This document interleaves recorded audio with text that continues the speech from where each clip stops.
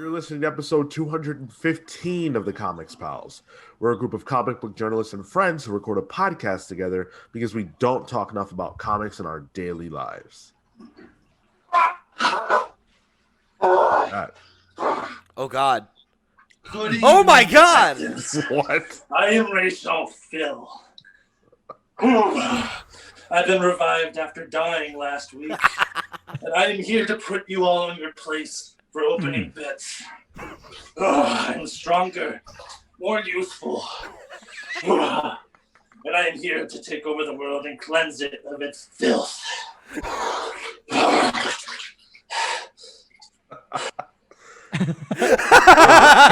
I thought I'd been feeling pretty good this week. I wondered how he was going to get resurrected, but I guess now we know. For those of you who don't watch on YouTube, you're right for doing that because we just saw Phil in a bathtub nude. No, he was in a pit. He was in the Lazarus pit, I'm sorry. Sean. Okay, Come yeah, on. right. He was in the Lazarus pit. Of course. He's being revived. nude. And he had his official Lazarus shorts on. You know, his Lazarus bathing shorts. I thought I saw his Lazarus dong. Don't His say that. Lazarus YouTube will bit? come for us again. Oh, that's true. Bit. That's for the OnlyFans. Hey, the OnlyFans. Tune into the OnlyFans to see the bits. The Lazarus bits. That's great. The racial Lil Phil. So I think what's interesting about this is it now, it's canon in the Comics Pals lore that Phil is not a mutant. Oh, you're right. Oh, interesting. Oh, yeah. That's a good point. How does that? Oh, all right. I get. Kale, are you a mutant? He has to be. He's the one who's been birthing us. I'm Oh, Gold yeah, Balls. that's right. Yeah. Oh yeah. The Yeah. real question, Shoot. Sean, is are you a mutant? Because you haven't died. Yeah. And I don't plan to. So maybe that's my mutant power. You kidding me? All those fucking allergies you got, you're 2 steps from it. That's a good point. That's a good point. Somebody just needs to turn left one day and you're toast, man. Now you're making me feel bad. Oh, all right, what did I miss? There we go. We're doing a What show, did- right? What did you miss? What the hell did we miss? I just saw you nude. I'm not sure that's the first time. No. Well, that's fair. You're gonna have to edit out your Lazarus bits. That was what you missed. Yeah, Phil, is that we came up with a great new name for your dick for the OnlyFans, and that we've confirmed now canonically that you're not a mutant. Okay, there's no OnlyFans. I have to put that out there because this is like the 3rd week in a row. There's no OnlyFans. Can we be only X-Mans? No, that sucked anyway. Sean, I'm about to make a liar out of you. Hold on. No, He's Stop. 100. Marco's 100% gonna make. Give me a second. How fucking funny would it whatever be? you're doing now, stop. Oh, you're right. We're on the show. Exactly. How We'll do it funny would it be afterwards. if instead of a Patreon, we had an OnlyFans? Yeah, Probably OnlyFans. make more money, honestly. I feel like Yeah. everyone has an OnlyFans these days, anyways. People that aren't, listen. So, Sean, what are you saying? You're leaving us outside of a revenue stream. I don't understand. You're right. I am. Listen, We'll have to live on somehow. my resurrection to the Lazarus pit, that's going to drive viewership through the roof. We just gave that away for free. You That's kidding me? right. The live ticker right now, it's going up. It's going up. Okay. Let's not even. Get Let's this not shit even, on the OnlyFans. oh my God. We can't. Never mind. Okay. Thank you for joining us today. I don't know why you're here, but I appreciate you being here anyways. We've got a lot of things to talk about this week. We're going to be reviewing 3 books. 10 of Swords may be over, but we're still, for some reason, we still feel like reviewing comics. I don't know why. So that's what we're here to do, among other things. We're reviewing King in Black, #1, the hotly anticipated King in Black, Batman, Catwoman, #1, and Strange Adventures, #1, or 7, rather. All of those books are exciting to varying degrees, and we've got things to say about them. That's for sure.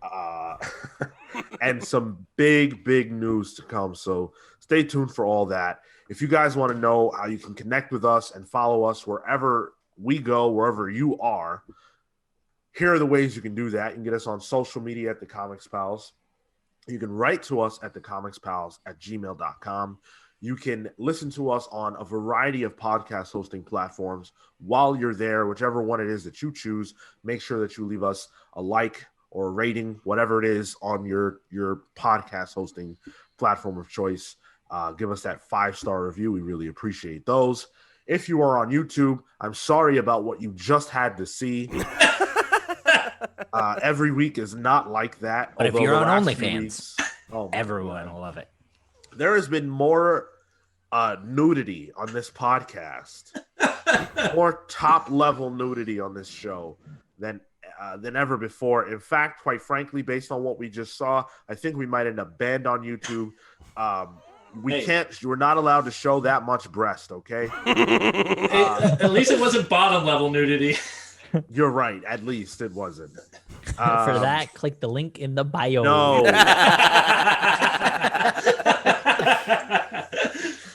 And of course, you can come and join us on Discord, where the conversations from this show jump over, and we're always having a fun time over there.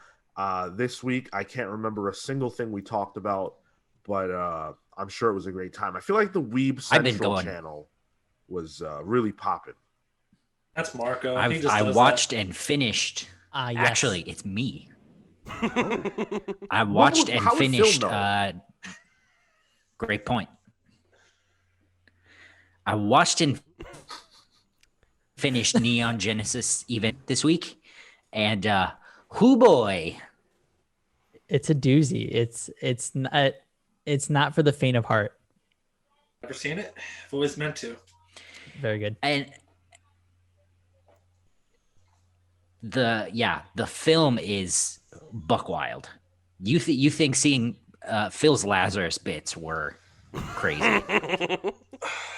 They got lots of Lazarus bits in Evangelion. The amount of nudity and Catholic guilt is off the charts in that film. So you're promoting the movie based on the amount of nude. What podcast is this? Listen, I need you guys The to Only clean it up. Pals. Oh my god. Phil just got out of the bathtub. What do you mean clean it up? Oh, whoa. I got out of the Lazarus pit. All right. I assume you soaped yourself and shampooed. We have much more. You're not gonna come out of there dirty. Much more normal conversations on our Discord server. So come join us. There's a link in the description. As always, you just click that, come hang out. You can speak to us. You can speak to the rest of the people on our Discord. Come join the party. We've got some good book clubs out.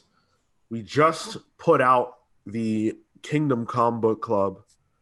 That's pretty cool. It was a good conversation, I thought. And if you like that book for whatever reason, I mean, for all of the reasons. Hey, I like the book. That sounded like a dig. Yeah. No, there's a lot of reasons to like the book. If you like the book, come listen to that. I think you'll enjoy our conversation. And then we've got, for the month of December, we're killing the year, ending the year with Hicksville. That's right. That was a really good one, too. Yeah. That was a Kale pick, actually. None of us except Kale had ever read it, I think. And I'm sure a lot of you at home listening have never read it. So now's your chance to catch up and participate with us. I'm sure none of you at home have read it. Now I'm the one doing digs. I mean, to be fair, it's a little tougher to come by. You know, like it's an older book. So I love that shit is still within arm's length of you, Pete. Yeah, it's just here. Well, actually, you know what? It's funny. I forgot to do this. Can you just real quick rewind and say the other book club? Oh, okay. All right, got you. Just do it. The rewind. We just put out the Kingdom Come book club. Ha!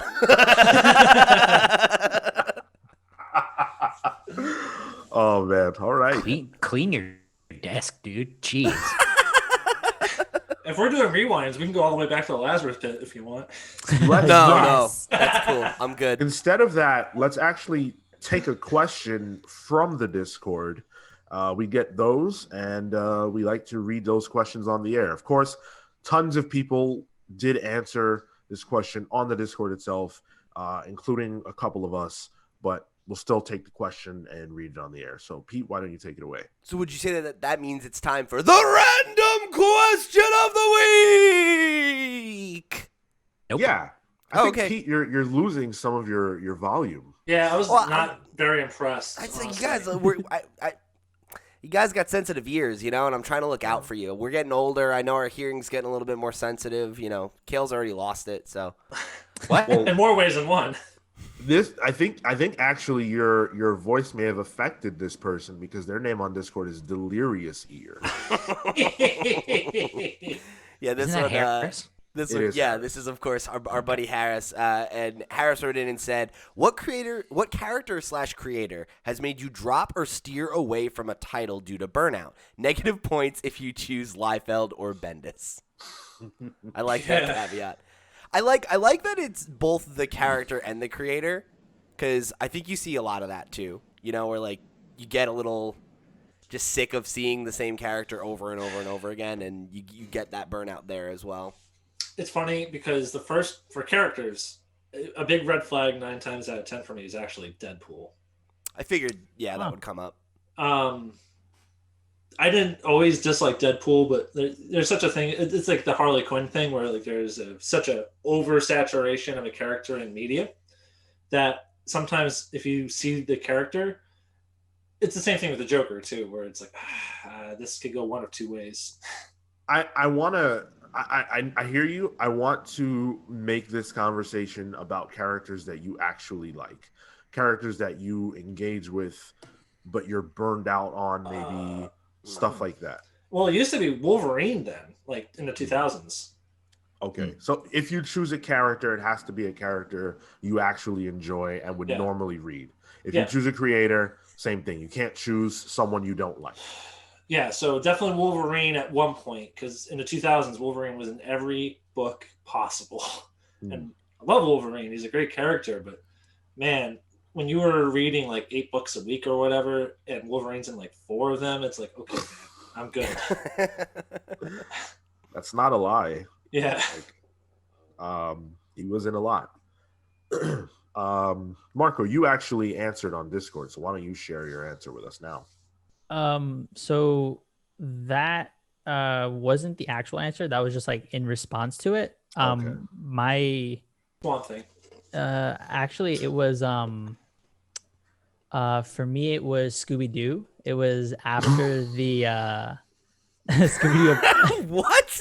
So Scooby-Doo Apocalypse was something that had that was written like after the new 52 stuff. Yeah. And it was being written by J.M. DeMatteis and then Keith Giffen. Yeah. And I had Classic team. yeah, I had picked up I had been reading Justice League Dark at that point, and I liked DeMatteis' work, and he was on this book, so I'm like, okay, let me pick it up.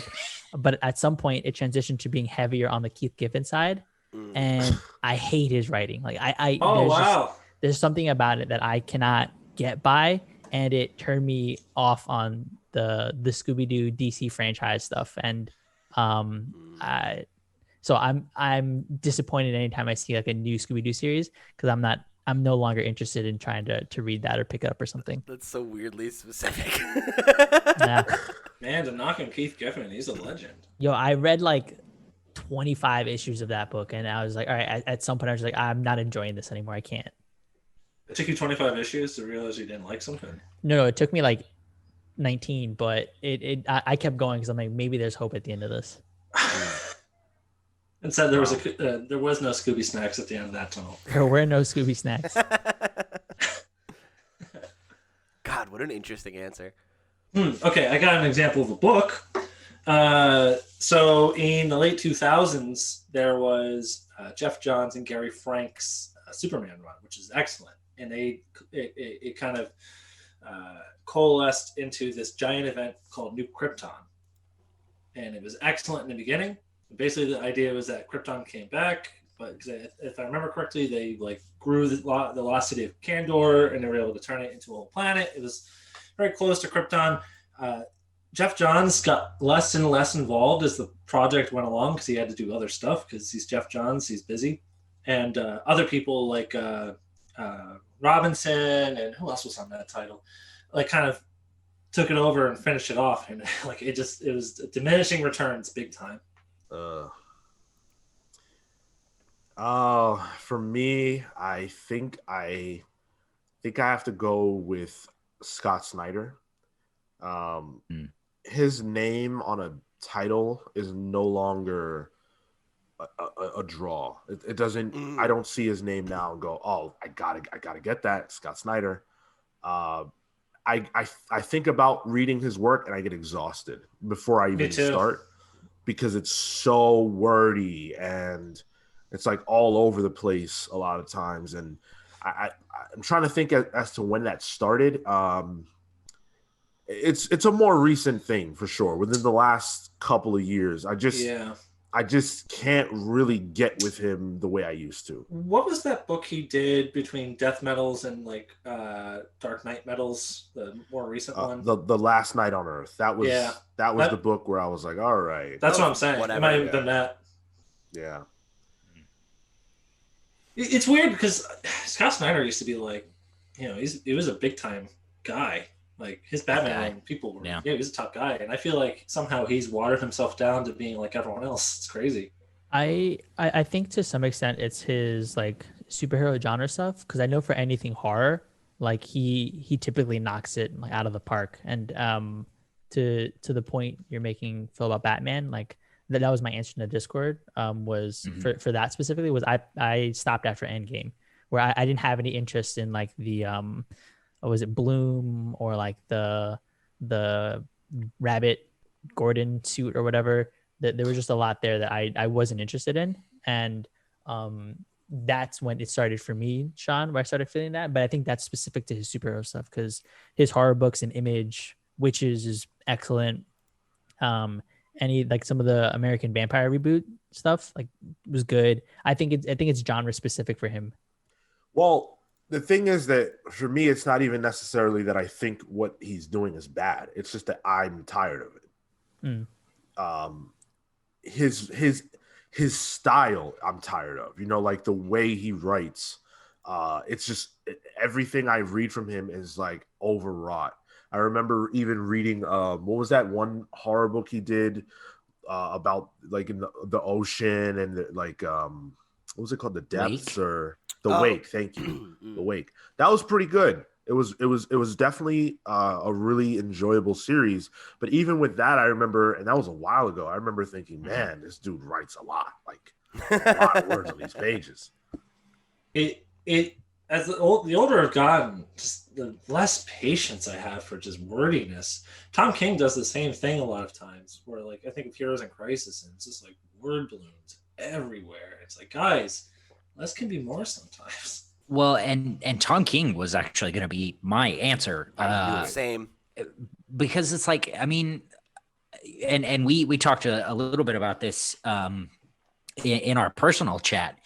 He just had this like meteoric rise and fall, like came up with a couple of mini series, and then all of a sudden he was doing a long stint on Batman, the top selling book at DC. And then he had an event.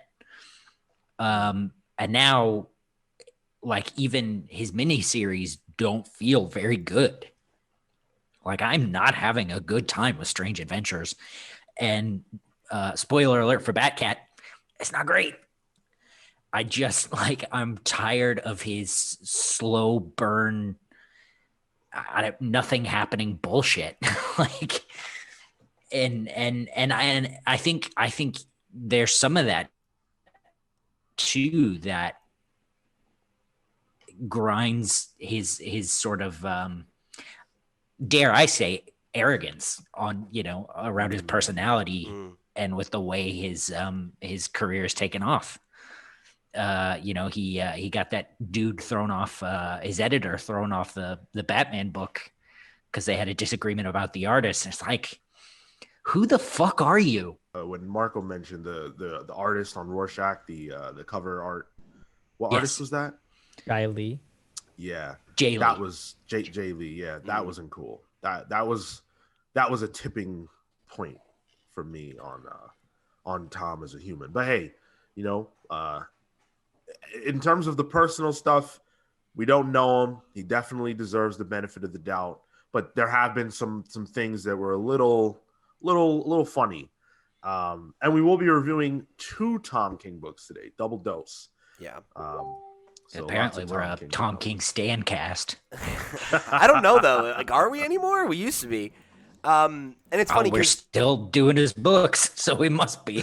to build off what Kale said, I think I feel the same way, but slightly differently. Because like I said in the private chat that he referenced earlier that like I think that people have definitely been a little bit quick to flip on him given like his career, and like how it's been kind of an odd trajectory. Because it, like, in the grand scheme of things, there haven't been, I don't know, like, I don't feel like I'm at the point where I'm 100% out on him yet, but no. I definitely relate to what you said about Scott Snyder, Sean, and that was, like, where my mind went to Tom King of, like, I used to think of him as, like, the guy, and, like, oh, he's one of my favorite writers, like, he's one of the hot, new voices that's really going to be driving the industry the next couple years. And, now when I see his name on a book, my immediate thought is always cautious optimism of it could be as good as, a Vision or a Sheriff or, any of his earlier work that, I think we all connected with. Right. Yeah. But that's also the thing, right, is that, like, sophomore slumps happen. Like, good people put out bad work. That's not unheard of. And, just because the last few things he's put out haven't hit doesn't mean that he doesn't have it anymore. Sure. But in the same breath, like, I don't have the same enthusiasm for his work that I did, just a few years ago. We talked about this during Heroes in Crisis because I've definitely soured on him as well. I think truly to be like a top tier author, you have to be able to write about different things in different ways. And so many of the greats in the last 30 years have been able to do that. And it's not even like the guys who are in like the Z tier of authors, your Alan Moores and Grant Morrisons or whatever, but guys like maybe in that next tier, like your Rick Remenders and whatnot, they're able to do this where they're able to take different genres and themes and write about it in creative ways. It requires just more dimension as a creator. But with Tom King and Scott Snyder, so often it's just like the same type of stuff over and over again. And like with Tom and with Scott, like this stuff was really fresh when they broke on the scene, and it was like they were hungry authors. But man, how many times can you tell the same type of story over and over? Mm-hmm. Yeah, you're not wrong. And I think in the case of Tom more than Scott, it would be really interesting to see what else Tom has in the chamber as far as creator-owned stuff, because we do get to see that from Scott every now and then. And yeah, certainly with him, at least in my opinion, it's more of a style thing that, again, don't think he's bad, just kind of exhausted by his work. Yeah. With Tom, a lot of the work that all of the work that we cite that as not enjoying is the DC stuff, and he hasn't put out anything creator owned since Sheriff of Babylon. If I think I'm correct on that. You're right. Yeah. I haven't read it. Yeah.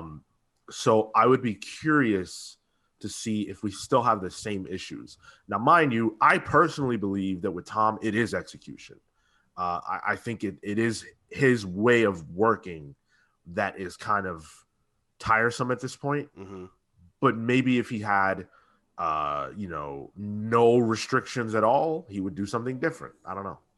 Yeah, I don't know. It's weird too though, because you think about it, right? And like he's been given the keys to some sought after stuff, and like you'd think that he'd be able to deliver on it. But it's also like, I don't know, we talked about this with his Batman run like years ago now at this point, right? Where it's like not all writers have the same strengths, and like some writers are, and not, artists too, right? Are made for like the monthly grind and some are not.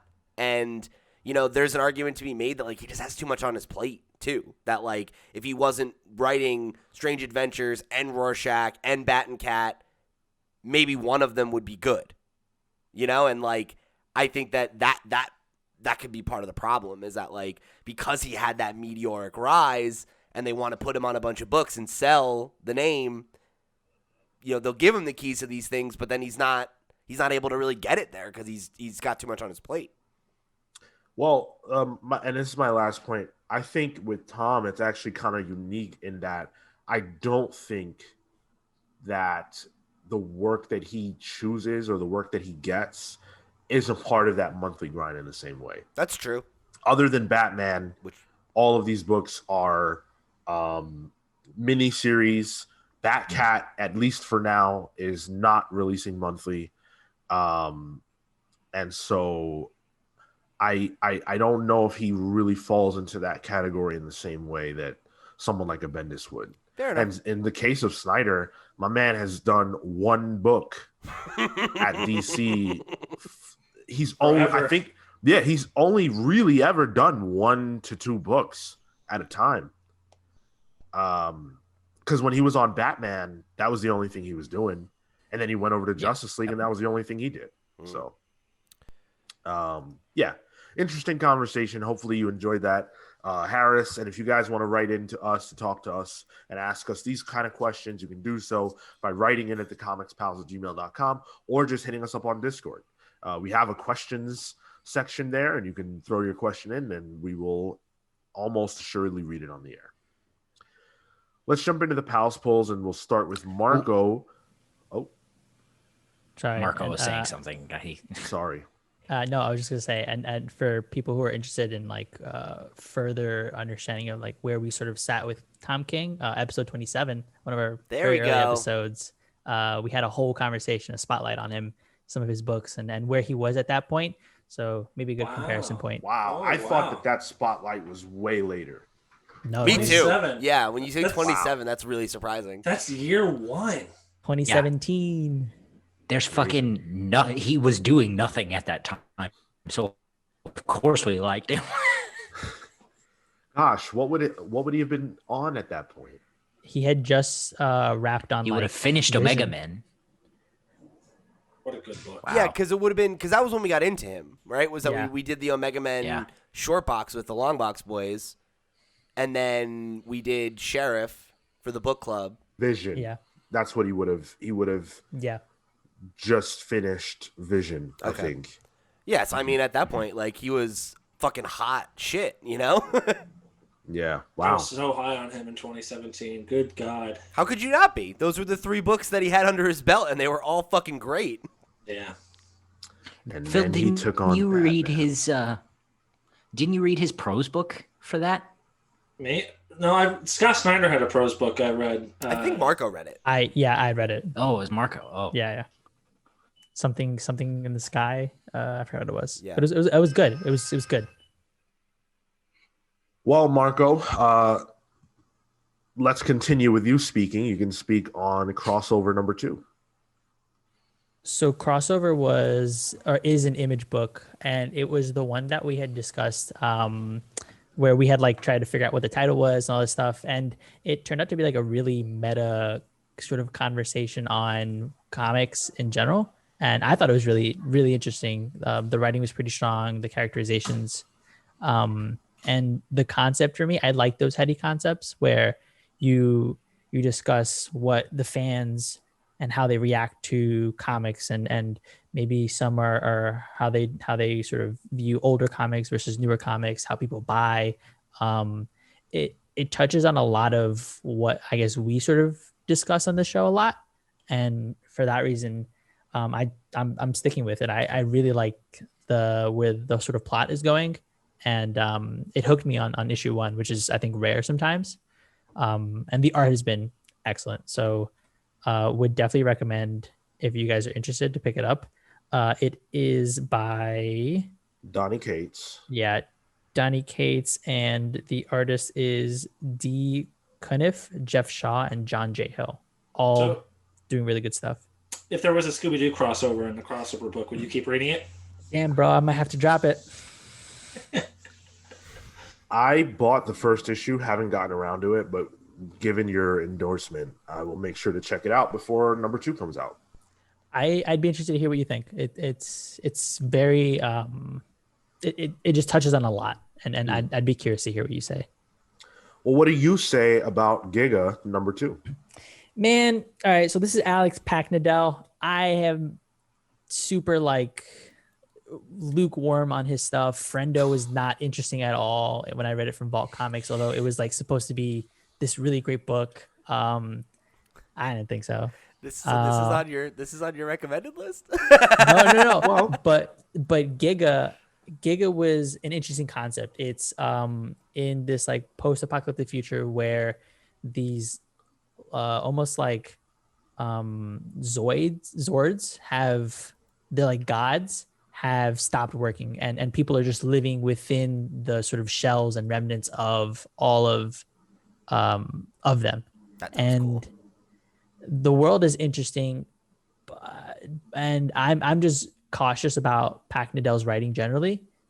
So I'm like touch and go on the series. I had a discussion with someone in the Discord. I think it was Sultan, or maybe it might have been Snake Up Talons, but I'm still lukewarm on it. I'm gonna give it another shot, or this issue 2 at least, to see where it sort of goes and how I feel about it. But if not, I don't know. Alex is hit or miss, and he has a new TKO book, Red Fork, that I'm trying to get, but I'm nervous because it's Alex Packnadell. You're trying to get it, but you're nervous. I don't know. I actually also bought Giga number 1, and I bought it only because of the fact that it included robots. I really, really love robots. So I want to read it. Now I have to read it before Wednesday because I have to decide how I feel about Packnadell. So let me know how you feel about Packnadell. I will. Let's shoot over to Kale, who chose Adventure Man Volume 1. So this is Matt Fraction's newest one with Terry Moore, I believe. That's a team. That's a hot team. Yeah, and y'all know I'm all about a Fraction book. So don't know what it's about. It's got a killer team though, so I'm here. I think it's some kind of steampunky Indiana. That's what it looks like. Indiana Jones adventure. Oh, yeah. Shit. So, yeah. Could do a lot worse than that. Who'd you say was on art? Sure. Indiana Jones. Terry Moore. Terry Moore. Because I'm looking at Adventure Man number 1, and it says it's Terry and Rachel Dodson. Oh, that's who I was. Sorry. Okay. It's Dodson. Why was that? Who's Moore? Oh, that's I was gonna say I actually like them better. So that's because I hadn't heard of this. Looking at like is Terry Moore somebody? Who's Terry Moore? Yeah, Terry Moore, somebody else. Yeah. Doesn't he do like a lot of horror stuff or something? Yeah. Maybe that's what I'm thinking of. Yeah, but no, this looks like steampunky vibes. It kind of like reminds me of just looking at the cover of Adventure Man number 1. It kind of looks like a BioShock Infinite kind of vibe a little bit, which is a similar kind of like steampunky retro future kind of thing. Mm-hmm. Yeah, and Nice. Terry Moore is famous for like Strangers in Paradise. I know Matt Murphy's a big fan. Maybe that's what I was thinking of. Yeah, Terry Dodson is who I was thinking of. Yeah. Sorry. Love those Dodsons. Your excitement is well worth it. I was wondering why I wasn't even excited by that name. What's wrong here? Yeah, but that's on my radar now. That's cool. I want to check this out. Yeah, I love the two of them. Kale, do you happen to know if this is a collected version of the issues that came out, or is this how this book is being released? It looks like it's collected. I think it's collected. Yeah, because I remember Ted Brandt talking about it a lot when I was on Twitter. Uh-huh. And he's a big fan of the book. So says here on Comixology, it's 1 through 4. Yeah. Cool. Kale also chose Rise of Ultraman #4. Yeah, I think similar to Marco. I don't know how I feel about this book. Especially I think because I'm watching the Ultraman Z show on YouTube because the Subaru company is releasing their stuff on YouTube for free right now. I'm kind of bored by this Rise of the Ultraman story. It's very slow. It's very Americanized. Who's on it? Like it's what you would expect from the guy that rebooted Power Rangers, Kyle Higgins. Griffin. Higgins. I'm looking at it. Close. It's a very slow burn. Like I don't think we've seen Ultraman take on a monster yet.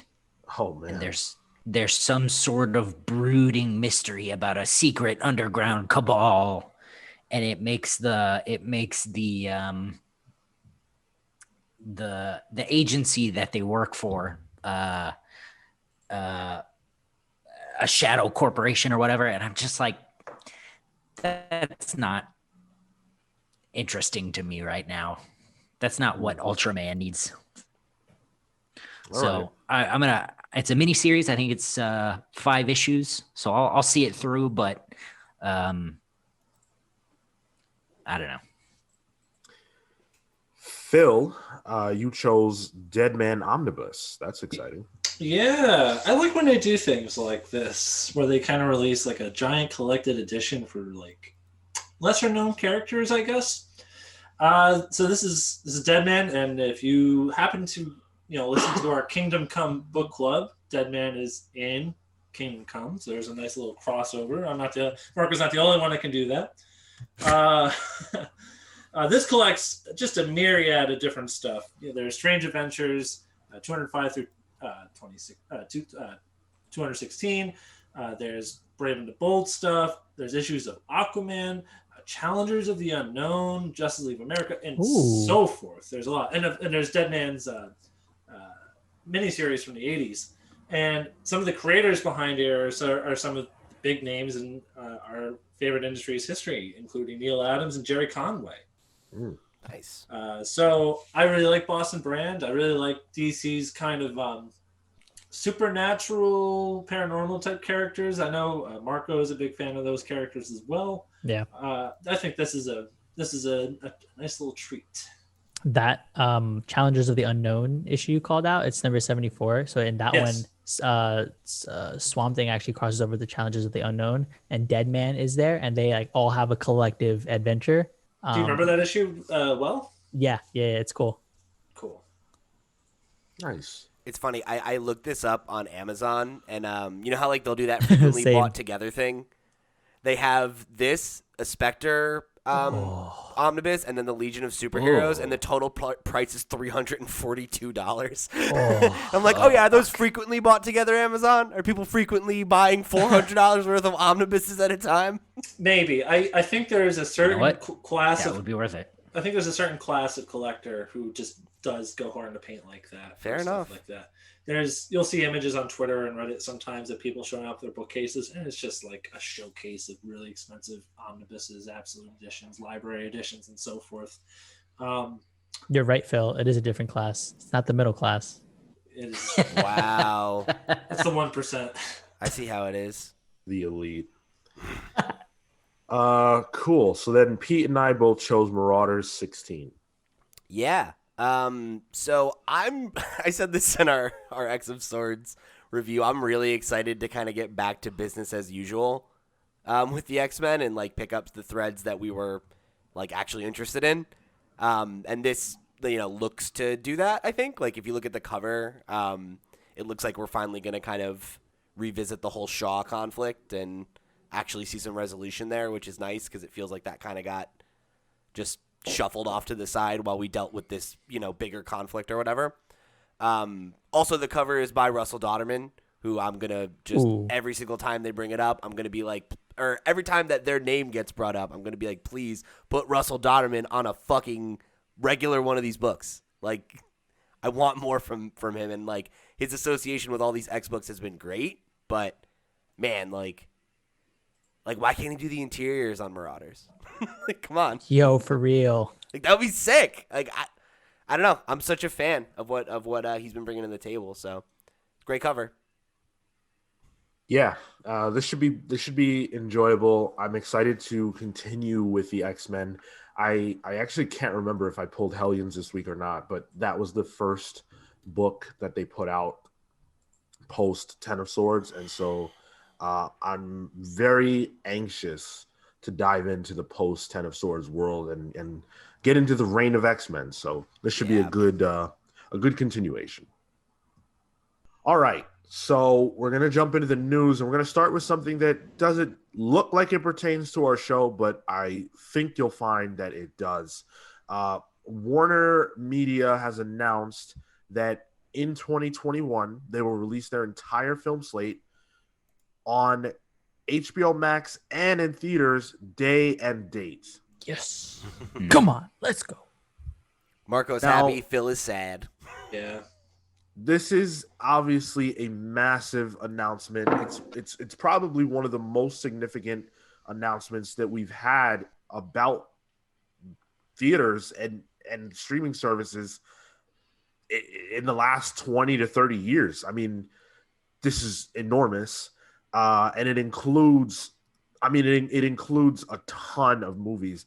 When you think about the amount of films that they actually had done and ready to put out for 2021, it is staggering. I do want to read, before we get into that list, a statement from Warner Media's CEO, Ann Sarnoff.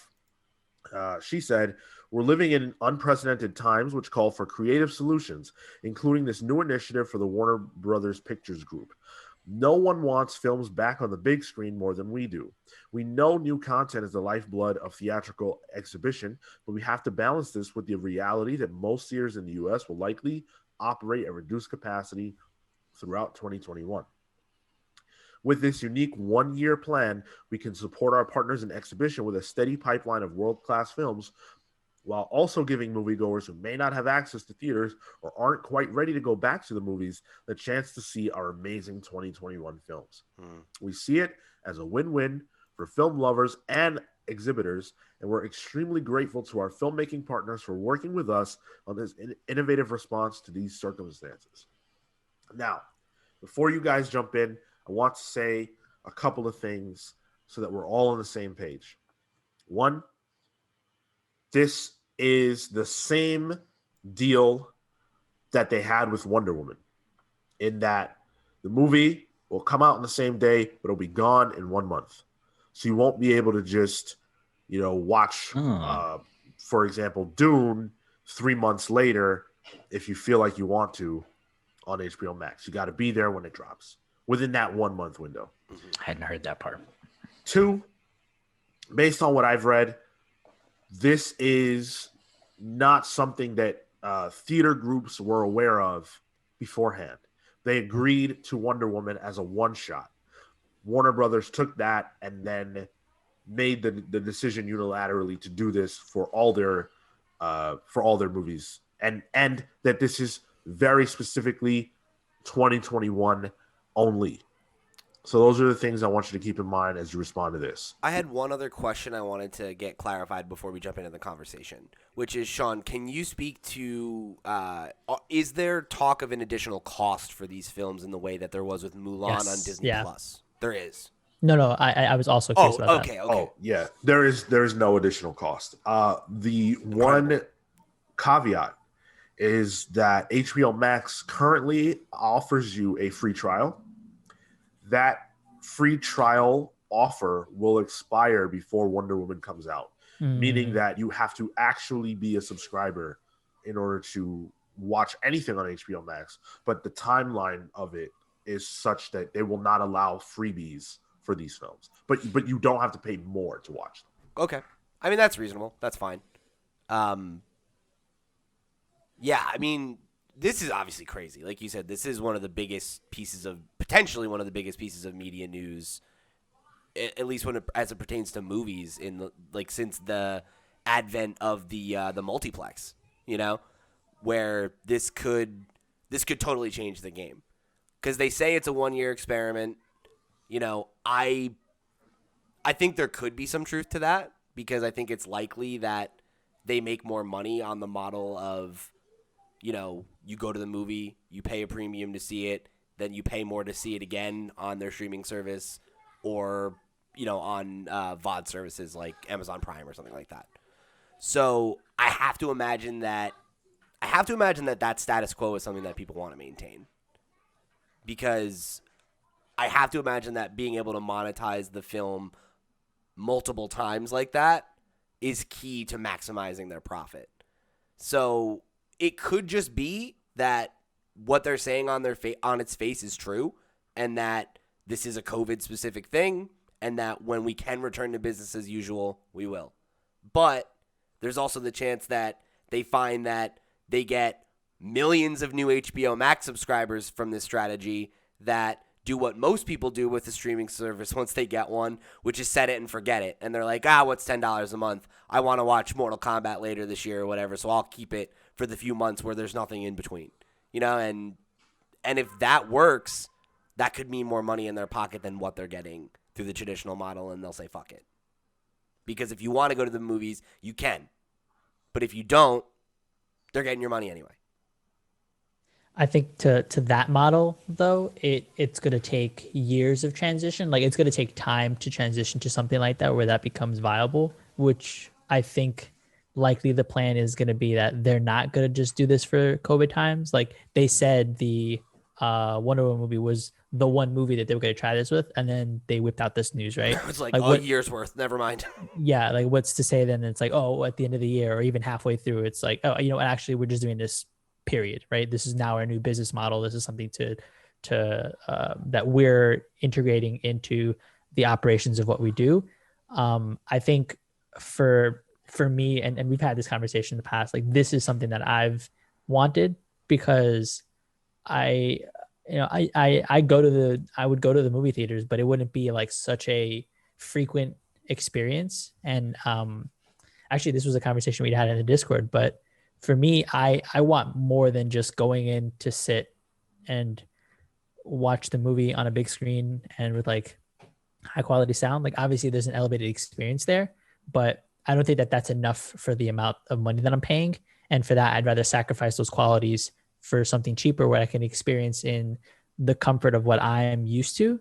And one of those things is like eating during a movie, having a drink during a movie, experiencing it in a large, comfortable seat, which are things that theaters have tried to do to accommodate people. Like for me, Nighthawk in Brooklyn was one of those theaters that I would definitely enjoy going to. iPick as well. I was choosing those more premium experiences because that's what I wanted out of a movie theater and how I wanted out of a movie going experience. So if I can get that at home right now, that's awesome, right? Where I can cook my food, I can open up a bottle of wine, I can sit down, watch a movie, and sure, it's not, a huge screen and the surround, the fight's not going to happen on this side and on this side, but I don't care because I'm getting it in the comfortability of what I want to experience. And for me, this is a super positive win. And I'm sure that I'm not the only one out there. Like I'm probably an example of the kind of audience that they're trying to cater to. And if that's the people that they're trying to reach to now because of the conditions of the pandemic, and they happen to scoop up people like me who would have been inclined for this anyway, I think that that's a positive on their end. The long-term ramifications of this is obviously probably going to be negative for movie theaters, especially if they decide to keep pushing this out and extend it for more than the year that they say they are, which I think they probably are. But I don't know. This is something I think positive for the consuming end, at least for the people who want this kind of experience. It doesn't seem well. According to Polygon, they released an article about this that the headline says HBO Max isn't the future of movies, but it is a panicked plan. And one of these things that sort of speaks, I guess, sort of against what Marco's saying is like, the article says HBO Max currently has under 13 million subscribers, well below Disney Plus, Netflix, and even Amazon, despite the offer of free signups to AT&T cell phone and internet subscribers, which they're looking at upwards of 20 million potential customers to sign up to HBO Max. And like, you have to look at this slate of films that are on this list, right? Like, not even the ones that are like outside our, relevancy to our conversation. Like, there's some big names on here, right? Like Suicide Squad, Matrix, Dune, Space Jam, Mortal Kombat. You're jumping. Sorry. But just to throw that out there, like, those are things that will attract people to HBO Max. And if HBO Max walks away, Warner walks away from this year with seeing HBO Max subscriptions rivaling their other competitors, and like they're really raking in the money with it. Like, what Marco's saying, I don't think it's impossible, but I don't know. Yeah, I don't think it's impossible, and I wonder to what extent we'll also see like increases or surges during movie times and then cancellations, right? Where like that becomes the quote unquote ticket price, right? But at the same time, you get more value out of that because you get to watch HBO shows, you get to watch whatever else content is there. You get to, maybe for that period, there are 2 movies that are happening to come out, and you get to watch both simultaneously. Like, there, you get more of a bang for your buck there for that quote unquote ticket price. This is obviously, in the short term, a heartbreaking announcement for fans of the movie going experience. I include myself in that group. I would always choose to watch a film in theaters versus not. That's just how I prefer to watch new movies and have that experience. So I am disappointed. It's interesting. I'm not disappointed that they're doing this in general, because the odds that I see any of these movies in theaters are low. That's just the reality, right? Yeah. Like, especially within this set of 2 years, 2020 and 2021. Right, exactly. I as much as I want to see some of these movies, the reality is that I probably wouldn't be able to at all if they did not choose this. Especially living in New York, they're not going to be opening theaters. It's just not going to happen. And I don't have a car, and I'm not going to travel to see a movie. I'm just not as far as it would take me to be able to do it. So I'm out regardless. Meaning that in this case, all right, fine, great. I get to watch Mortal Kombat. Sounds good. But the message, the narrative of this, even though they're saying, hey, this is just a 1-year deal, I hope that they don't learn the wrong lesson from this. And I think it's very easy, right? So you could look at this, if it's a big success, and say, wow, there are so many people who want to watch movies from their home and don't want to go to movie theaters. But you could also look at it and say, wow, there are so many people who want to watch movies, and HBO Max is offering movies, and they don't want to go to movie theaters right now because they don't want to die, right? Those are 2 very different things. And in my opinion, the second one is more likely. I personally believe that there are more people who want to go to the movies than there aren't. Yeah. And I also believe that there's more profit involved for whatever studio is putting out the movie by having people go to the movies and then sign up for HBO Max down the road or buy the DVD than there is in just watching it on HBO Max. And so I personally see this as a short-term solution to a problem that no one is happy exists. And it means that right now theaters have to lose. The problem is, and the reason why this is heartbreaking, is because it in the short term, it means that anyone who could choose to go to the theater instead of sitting at home and watching it on HBO Max is unlikely to make that decision. Yeah. So the money that they would have made by having Suicide Squad in theaters is going to be even less now that Yes. there is an option, which means that theaters lose out almost totally. And that really, really sucks. I really think that we're gonna run the risk if we are looking at the reduced capacity throughout 2021, like it looks like we're going to, and like honestly, a non-zero chance that that bleeds into 2022, because even if we get a vaccine next year, like acceptance rate and like all of the things that have to happen between there being a vaccine and it no longer being a danger to the point where we can just go do things like movies and Comic-Cons and whatever without worrying about it is a potentially longer timeline than I think than a lot of us are comfortable thinking about.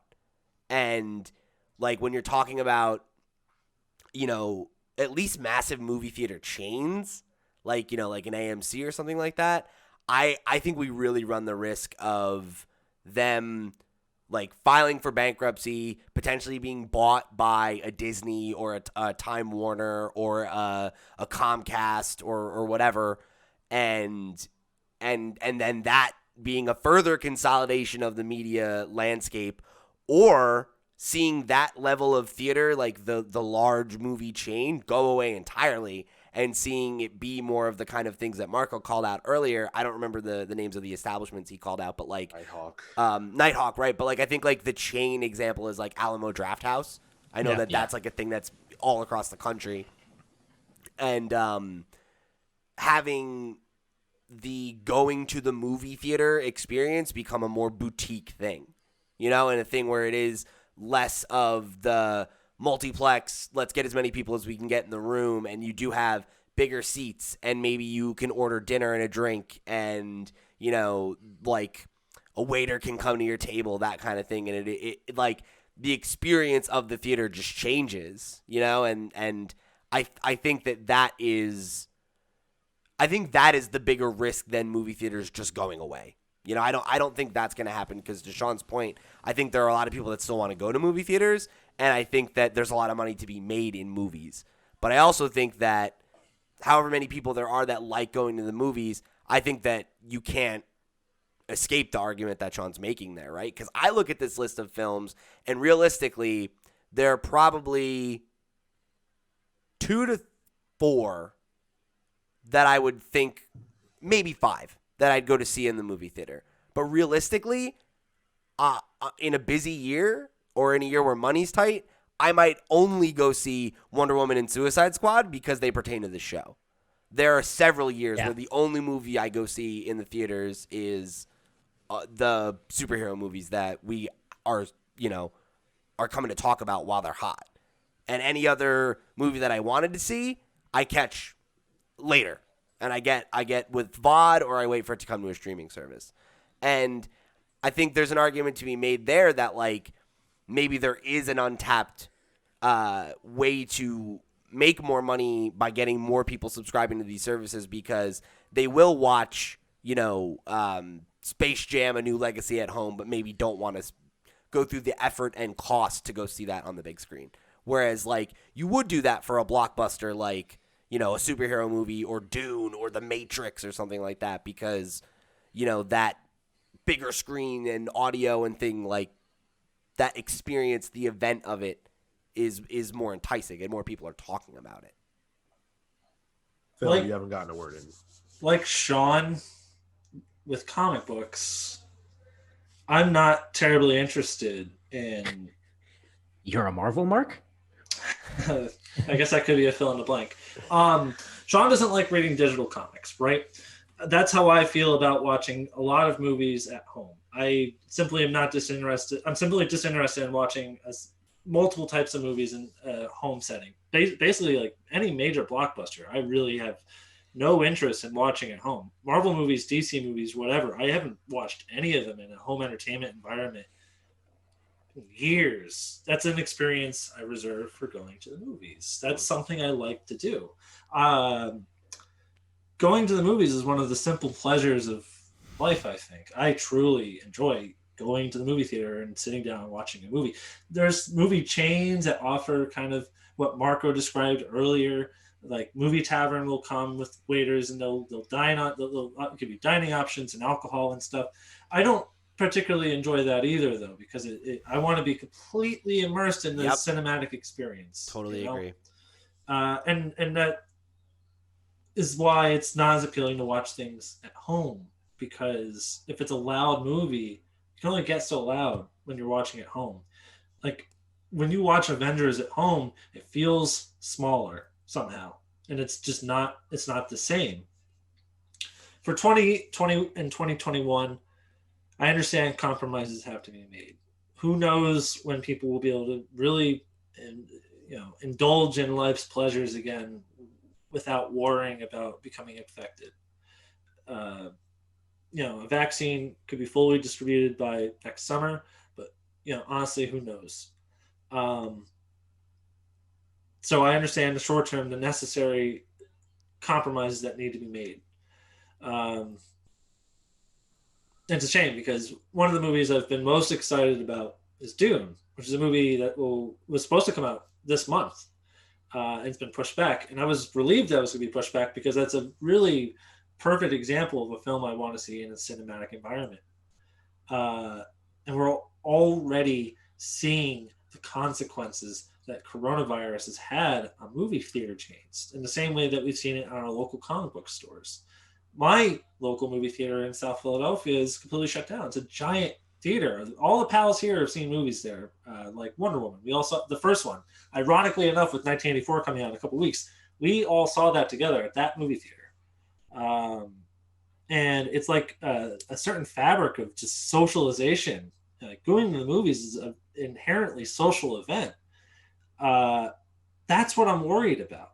I understand like short-term sacrifices have to be made for the public, benefit of society, because this is a highly infectious disease. What I'm worried about, what Sean alluded to, is the long-term message that these companies are going to take away, which is that maybe people do subscribe more to HBO Max, but maybe the message they take away is that we don't have to have the third-party middleman, this AMC or what have you, Regal. We can just put it on our streaming service. And that'll be really tragic because it'll feel like a very element of our social fabric is gone now. But Phil, corporate profits. I do want to give you guys the list of films. I am sure that on this list there's at least a couple of films that you probably would have gone to see. And if you are interested in any of them, I'm just curious, how many of these would you have gone to see? And now with this announcement, if you have HBO Max or don't but would subscribe, how many of these will you watch? Count them up, boys. And I think that's an interesting question because if you're willing to watch more of these movies because you don't have to leave your house to go watch them, that's worth consideration on the part of film studios. Right. So we've got Mortal Kombat and The Little Things in January, Tom and Jerry, and The Many Saints of Newark, which is a Sopranos prequel, in March. The Little Things was a Lin-Manuel Miranda production, by the way, just for what it's worth. Yeah. Reminiscence in April, Godzilla vs. Kong in May, The Conjuring sequel number 37 in June, and In the Heights in June, Space Jam: A New Legacy in July, Suicide Squad in August, Dune in October, King Richard in November, The Matrix 4, which is the oh my god, I can't oh my god, I knew you were gonna say that.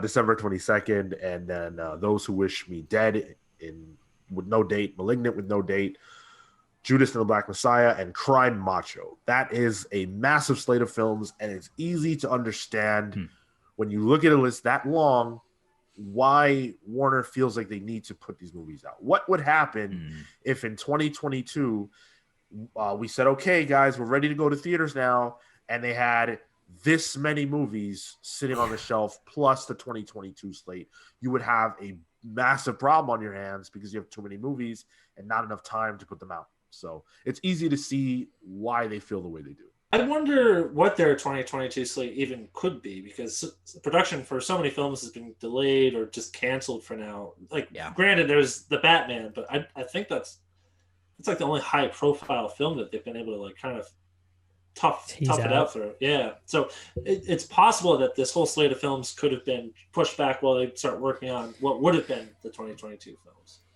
It's hard to say. There's too much information that we wouldn't be privy to. Right. But even with that off the table, that's still a ton of movies to have, in your back pocket. And it just sucks. It just sucks. And I hope that movie theaters and the movie going experience is not a casualty of this announcement. But we do have to move on. I'm sure it's not the last time we'll discuss this in some form or fashion. And again, of course, you can expect reviews of at least 2 of those movies here on our podcast. Dune and Tom and Jerry. Kale, you down to bring back the Kaiju cast? We doing this Godzilla versus Kong? Oh. I have such a bad feeling about that movie. Oh. Yeah, I am. All right, baby. That movie has undergone so many reshoots like New Mutants did and Fantastic Four did. Not optimistic. Whatever, well, fingers crossed. I'm gonna have fun. Speaking of future films, we have a Plastic Man movie coming out. Ooh. And, oh, hell yeah. Hell yeah.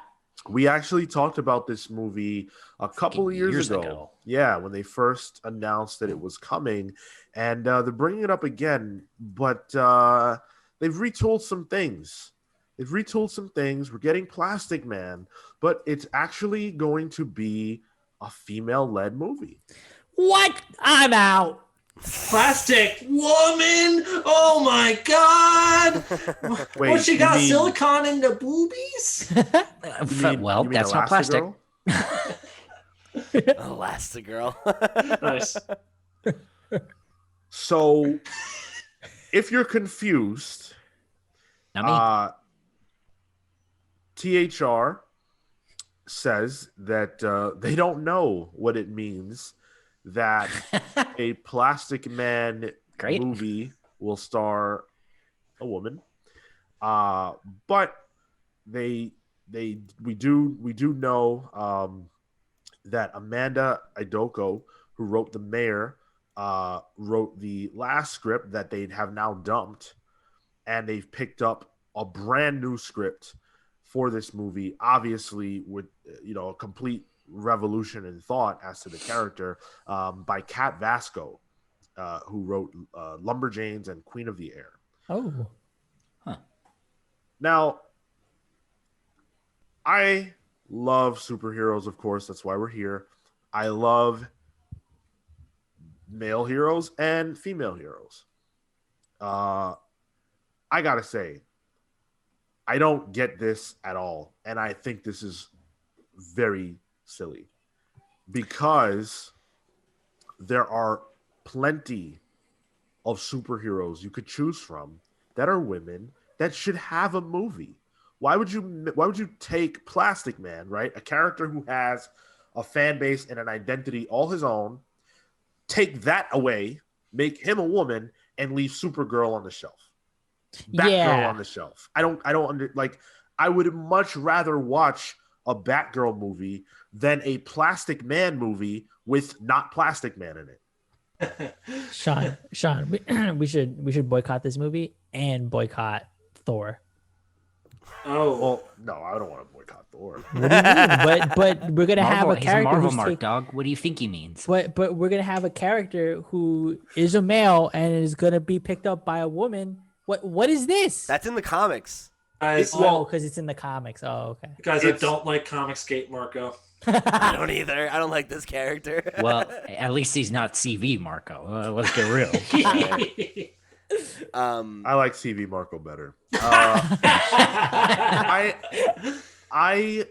hear you, Marco. I don't know if you were being facetious or not. I was. Okay. I just feel like those are super different, not because it happened already in the books, but because the characters coexisted. And they will coexist in the movie, and I'm sure there will be a story reason why they're doing it. It's not just like, all right, palette swap, let's get rid of the guy, bring in the girl. You know, like I don't really love that. The other scenario that I could see is they take sort of a oh geez, I don't know. I actually can't think of another example of this, but like a Doctor Who scenario where it's more focused on his like his companion versus him, where the companion, the partner, the you know, the sidekick or whatever drives the film. Mm-hmm. And it's sort of about them, but Plastic Man is doing his Plastic Man things. Yeah, kind of like that was like kind of the vibe of Shazam a little bit, you know, it was like the, you know, it was him and the brother dynamic, and I would maybe even but something like more. I would maybe and Pete, I don't know if did you see Sonic? No, I saw didn't. Sonic. Maybe closer to Sonic. You get your James Marsden ordinary guy character who, in this case, in the case of Plastic Man, would be the woman who leads the film, and then you'll get Plastic Man, who will have the bigger character talent. Jim Carrey, who's the guy from fucking Parks and Rec, Ben Schwartz. Ben Schwartz, thank you. He's also Sonic. You know, get them the CGI personality behind the whatever, but she drives the film in that way. Jim Carrey as Plastic Man is like the best imaginable casting. His face is already like plastic. he's probably just a little old at this That's point. fine. That's fine. No, I mean he's not even the main guy. He's going to be the second guy. I mean more on him. Like, I don't know that he wants to like probably go through the, you know, the effort you have to go through to be a superhero. I think he does. I think when you it. watch him in Sonic and the physicality of the character, especially. Are you talking about Ben? No, sorry, I forgot. He's Dr. Eggman, dude. I forgot about that. Yeah, sorry, Sean. Especially because Plastic Man would have to be, to a significant degree, CG anyway. That's true. Yeah. But Kale, your scenario is actually, you know, something I didn't consider. And if that's what they're doing, where, you know, maybe it's a reporter, maybe it's his love interest, whatever it is, and that's like the main character, but Plastic Man is on the marquee and he's the hero of the film, that's cool. I don't see why you would make a Plastic Man movie that's not Plastic Man, but then you wouldn't make Batgirl. I want that. Yeah. I don't know. I think it sounds like you just want a Batgirl movie more than a Plastic Man. No, it's I would be happy with a Plastic Man movie if the main character is Plastic Man, because that's the character.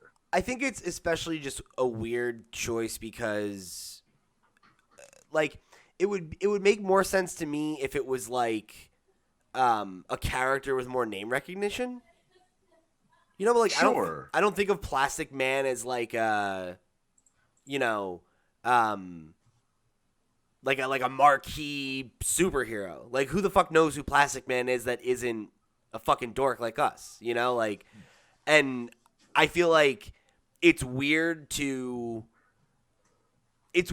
bother making a Plastic Man movie if you're gonna like be like, oh, well, we're gonna like shake things up and make it like Plastic Woman instead, and it's like, okay, but like, why though? Like, why even bother? You know, like I'm with Sean, where if the goal is, you know, hey, we want to make another marquee superhero movie with a female character, like DC's got a great stable, you know, and like there's and like Supergirl, Batgirl, whatever, but like there's also like you could go for, if you're gonna go for somebody obscure like Plastic Man, like Zatanna is fucking cool, you know. Ooh. Like, make a Zatanna movie, like that would be sick, you know. I don't know, like Huntress, like is a granted Bat family, but like, yeah, like there's so many other characters that are like in that stable are like Give in me that, 3 more. Really trying to test Pete's This DC should be knowledge. fun. I know, This should dude. be Like, fun. I'm not. Who else is like a deep one? I've one done help it. him? No I've one done help it him? already. I No know. one help him? Yeah, No one help him? You already said ones that I could give. Stop squirming. Let's hear it. Huntress was also in Suicide Squad, so that probably shouldn't even count. Stop squirming. not Stop Suicide wasting Squad. time. Let's hear it. Cheetah origin movie. Cheetah. That's huh? for the Okay. Sean market. Yeah. Yeah. Okay. That known hero, Cheetah. Yeah, absolutely. Star Girl. She was in. Okay. Doomsday Okay. Clock. All right. Okay. We could do that. That'd be good. Okay. Let's hear it. That's one. Come on, Pete. Starfire's in Teen Titans. That doesn't work. Everyone listening and watching this episode are just screaming into the Discord. I would accept Starfire. That's All right, a decent Starfire, Think- Raven. Think I know green. that. Think green. Oh, Green Lantern. Good God. Yes. Yeah. Yes, I Absolutely. mean, to be fair, no, like that is a great example of if you wanted to make a female-led DC movie. It's like Green Lantern. Dude, Was her name Baz? if they made a Green Lantern movie based on Jessica Cruz Oh. or the one from Far Sector, the Yeah. current, Yeah. I would lose my shit. Those characters are awesome, and yeah, I understand there'd be a lot of people upset that the first Green Lantern on screen since the crazy Ryan Reynolds crap is not Hal or John. Okay, I get it, but I'd be way more excited for that than this. Yeah. I think the thing I come back to is sort of my scenario because Power it doesn't. Girl. Okay. Shut up! You said so. It also doesn't make sense that they would lead the headline with, "Oh, a woman's going to lead the Plastic Man movie." Well, that could mean anything. Like, Sure. it just point. I don't know. It just there's not enough here to go off. So I don't know. Yeah, I think I think I personally read I took that on its face Mm. maybe more than was intended. Yeah. Mm. Like, but Yeah. maybe you're right. Maybe that's not what this means. But that's also- what happens. Go ahead. I also think that's intentional. That's why they wrote that fucking article is with that specific headline is so they could get nerds like us doing a 20-minute podcast about it, Yep. outraging on the fucking internet. Fair play. Plastic Man. Mind you, I don't even give a shit about Plastic Man. So Yo, it's let's funny. just move on. In the article that you have, like the comicbook.com, there's a tweet that they pulled where someone's like, people are already starting to pretend that they were fans of fucking Plastic Man. LMAO. Like, who gives Hold a on. shit? No, It's fucking Plastic Man. No, you don't understand. Plastic Man has a pretty big Yes. following. He No. was very, I very know. popular in the 90s I and know. early 2000s. I can't name more than 3 DC girls. I know. I'm just throwing gas on the fire. Relax. Listen, Relax. you bandwagon fans, I was there when the 1940s comics were being published. So when you bandwagon fans want to come around and make a real Plastic Man movie, you can come talk to me. You're old, dude. Can you like not drop your old man wretched dick on the table like that? Oh my god, you almost made him choke on his dentures. Look at him. Wow. All right. So let's move on from Kale's past and talk about Only Kale's fans. future. Kale's future state. Exactly. Dead. Which is God, death. hopefully. God, hopefully. I yearn for it. So at CCXP Con, which is a Brazilian Comic Con, DC, it's actually happening this weekend. DC is revealing some new info regarding Future State, which is, of course, the next, like event, I guess, starting in January, where they're going to give us a peek into the destiny of DC's heroes and show us what we can expect for the future. Now, there's been a lot of questions as to how this would affect the future state, of DC Comics. And now we know that at least some of these events or some of these series will continue on past the future state. And it's an interesting list. So Justice League Dark, Suicide Squad, Swamp Thing. Wait, were you waiting that long for that? He was wound the fuck Oh up. my god. That was boy.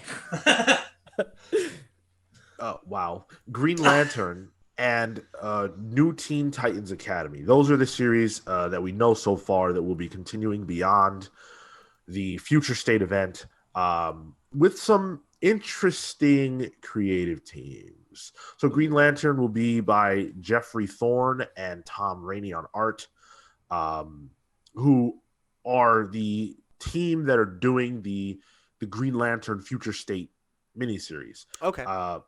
Justice League Dark will also continue in March with Ram V and Zermanico on art. They also, I believe, were working on Justice League Dark before, so they'll continue that. Ron V's on Swamp Thing, as I recall. Yep, he's also on Swamp Thing with Mike Perkins on art. Okay. Yeah. Suicide Squad will be Robbie Thompson and Eduardo Pansica. That's interesting. I believe Rob Thompson has also worked on Suicide Squad before. No Harley Quinn. Oh no. No Harley Quinn. Did they kill her? Who knows? But Peacemaker will be involved. He's getting some shine. It's interesting. Peacemaker, you want to talk about like obscure characters, not Plastic Man Pete, but They're putting him on the front lines here, right? Yeah, Is that Phil, you want to talk about obscure? I can't even see the guy. That's to it pretty first. good. Oh, what are you gonna do it? I didn't want to interrupt Phil, but yeah.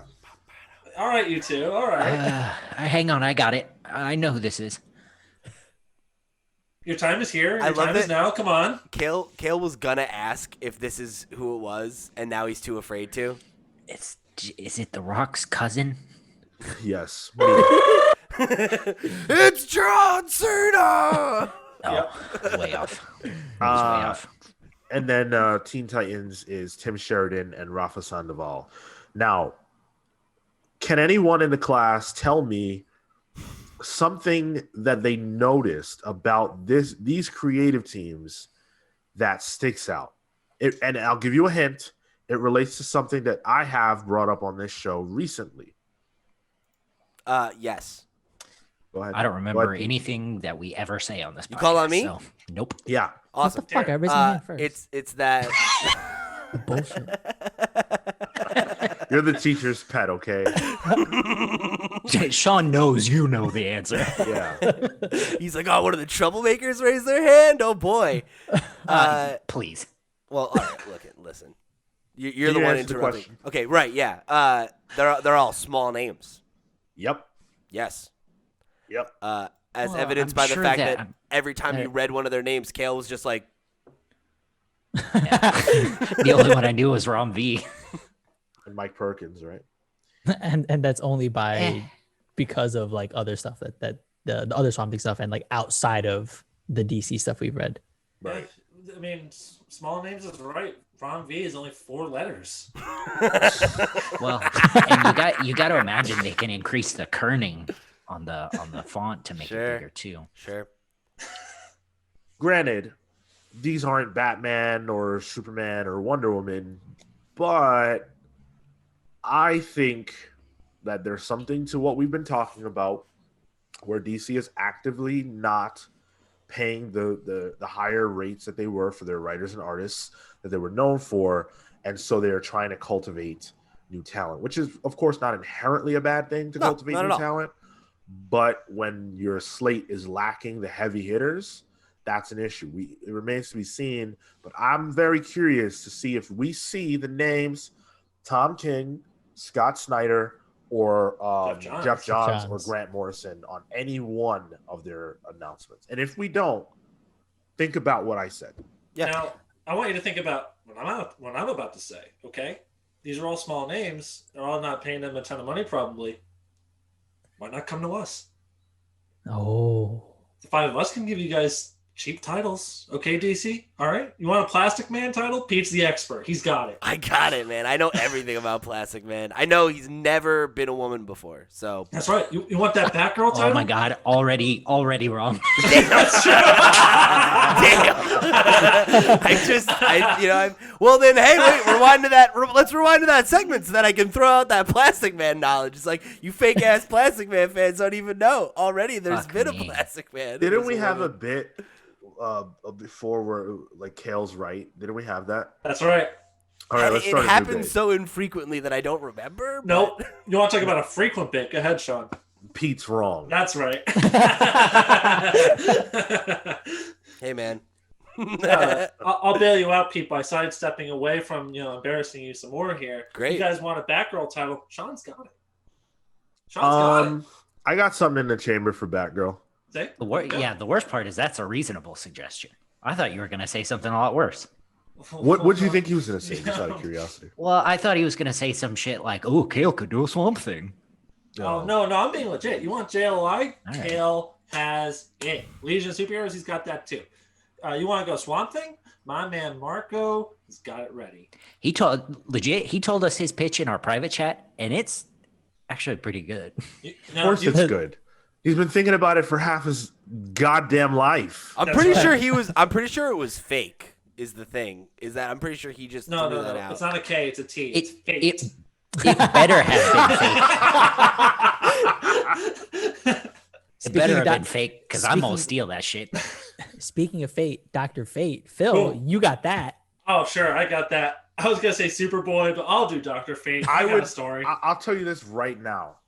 No BS. I would pay actual money. I'd pay retail comics rates to read Phil's Superman.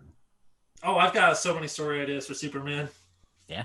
Mm-hmm. I'm not gonna say it in this show because someone's gonna ape it. Someone that's like a future real comic book writer. Wouldn't you want them to write the story though? Because if you're not gonna do it, Oh, okay. Well, listen. If you're like a big time comic writer and you're listening to the show, hit me up. I'll help you out. It's fine. I'll be the ghostwriter. I don't give a shit. I'll tell you how to write Superman. Yeah, I'll be Nicolas Cage and ghostwriter and eat jelly beans and give you ideas. We also know that Tom Taylor will have a title somewhere Okay, in the mix he's been around for a bit. of the future state, so that's cool. Tom is a mid-level creator who's working his way up, so that's nice. I did want to call out, just real quick, that the art from Swamp Thing Future State is pretty nice. Yeah, Perkins Yeah. does a really good job. He's actually in one of the Facebook Swamp Thing Facebook groups that I'm in, and he's been like sharing like art and like details and stuff. It's been really cool. Oh, sick. Nice. You got any exclusives? I have to look back. No, not off the hand. Cool. All right. Still not caring about the future state of DC Comics, gotta tell you. It's crazy because it's something I could get into if done well. I'm super apprehensive though. I'm reading Marv Wolfman's Judas Contract, the old New Teen Titans stuff. Literally from the 80s. most famous Yeah. DC Titans book. And no one has been able to carry the Teen Titans like fucking Marv Wolfman or even Jeff Johns, who faded pretty hard after his big story. Yeah. And it sucks that no one can figure out the Teen Titans. Well, I mean, there was Peter David's Young Justice. It's not Teen Titans, but it's a similar like youth superhero team. And that was very popular. So, Bitch, you think I don't know about Young Justice? yeah. Can you take that gross dick off the table? We're not measuring up right now. I can't. It's too heavy for my feeble bones. I am just all the way uncomfortable. Only pals. Head us up. No, don't. Only pals / the comics pals. So last bit of news here. It's a big bit. Not comparable to Phil's bit, but hey. I go big and go home. Please go home. Spider-Man 3. I'm so excited. Yes. I'm so excited. This is the Sean segment, baby. He's Yes. been on this for like 2 years. Two? 3 2. years. When this shit broke this week, I was like, oh, I'm going to be completely enthralled with what Sean has to say. We got to get this. Okay. So. Everybody shut up so he can say it.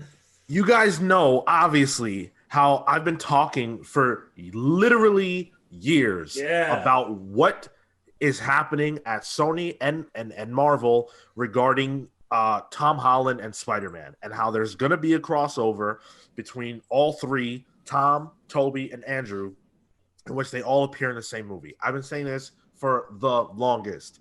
And this week, Sony, I don't know if it was an accident, I don't know what it was, they put out in their Latin American YouTube page a video.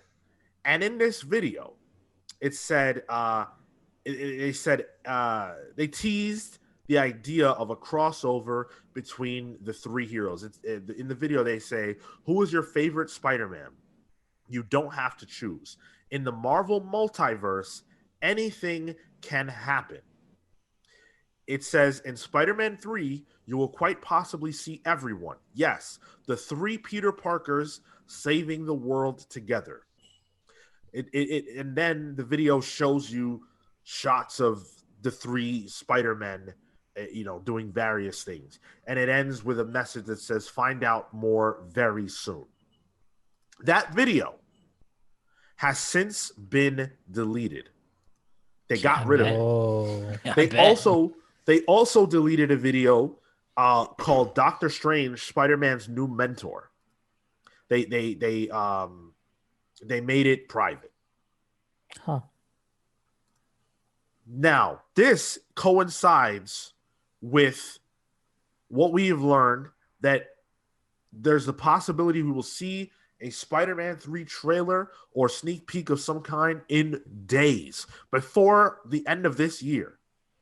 And the news that we heard before about A, Doctor Strange being in the movie, and B, Electro being in the movie, portrayed by Jamie Foxx, the same guy who played him in Amazing Spider-Man 2.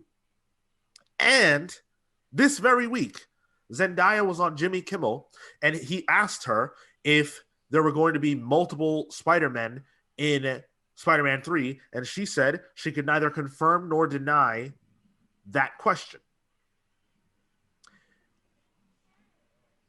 What the hell is happening here, guys? It's happening. It's happening. It's happening, dude. It's happening. Sounds like it's happening. We're going to the Spider-Verse, man. Spider-Man. Remember that crossover from the comics that they did, where that was how they kind of like bridged the gap between Ultimate and like regular 616. Yep. They're doing it in the movies, but they're doing it the opposite. They're sending Peter away and giving us Miles. I promise. I promise you that's what's happening. Yeah. Yep. Let's go.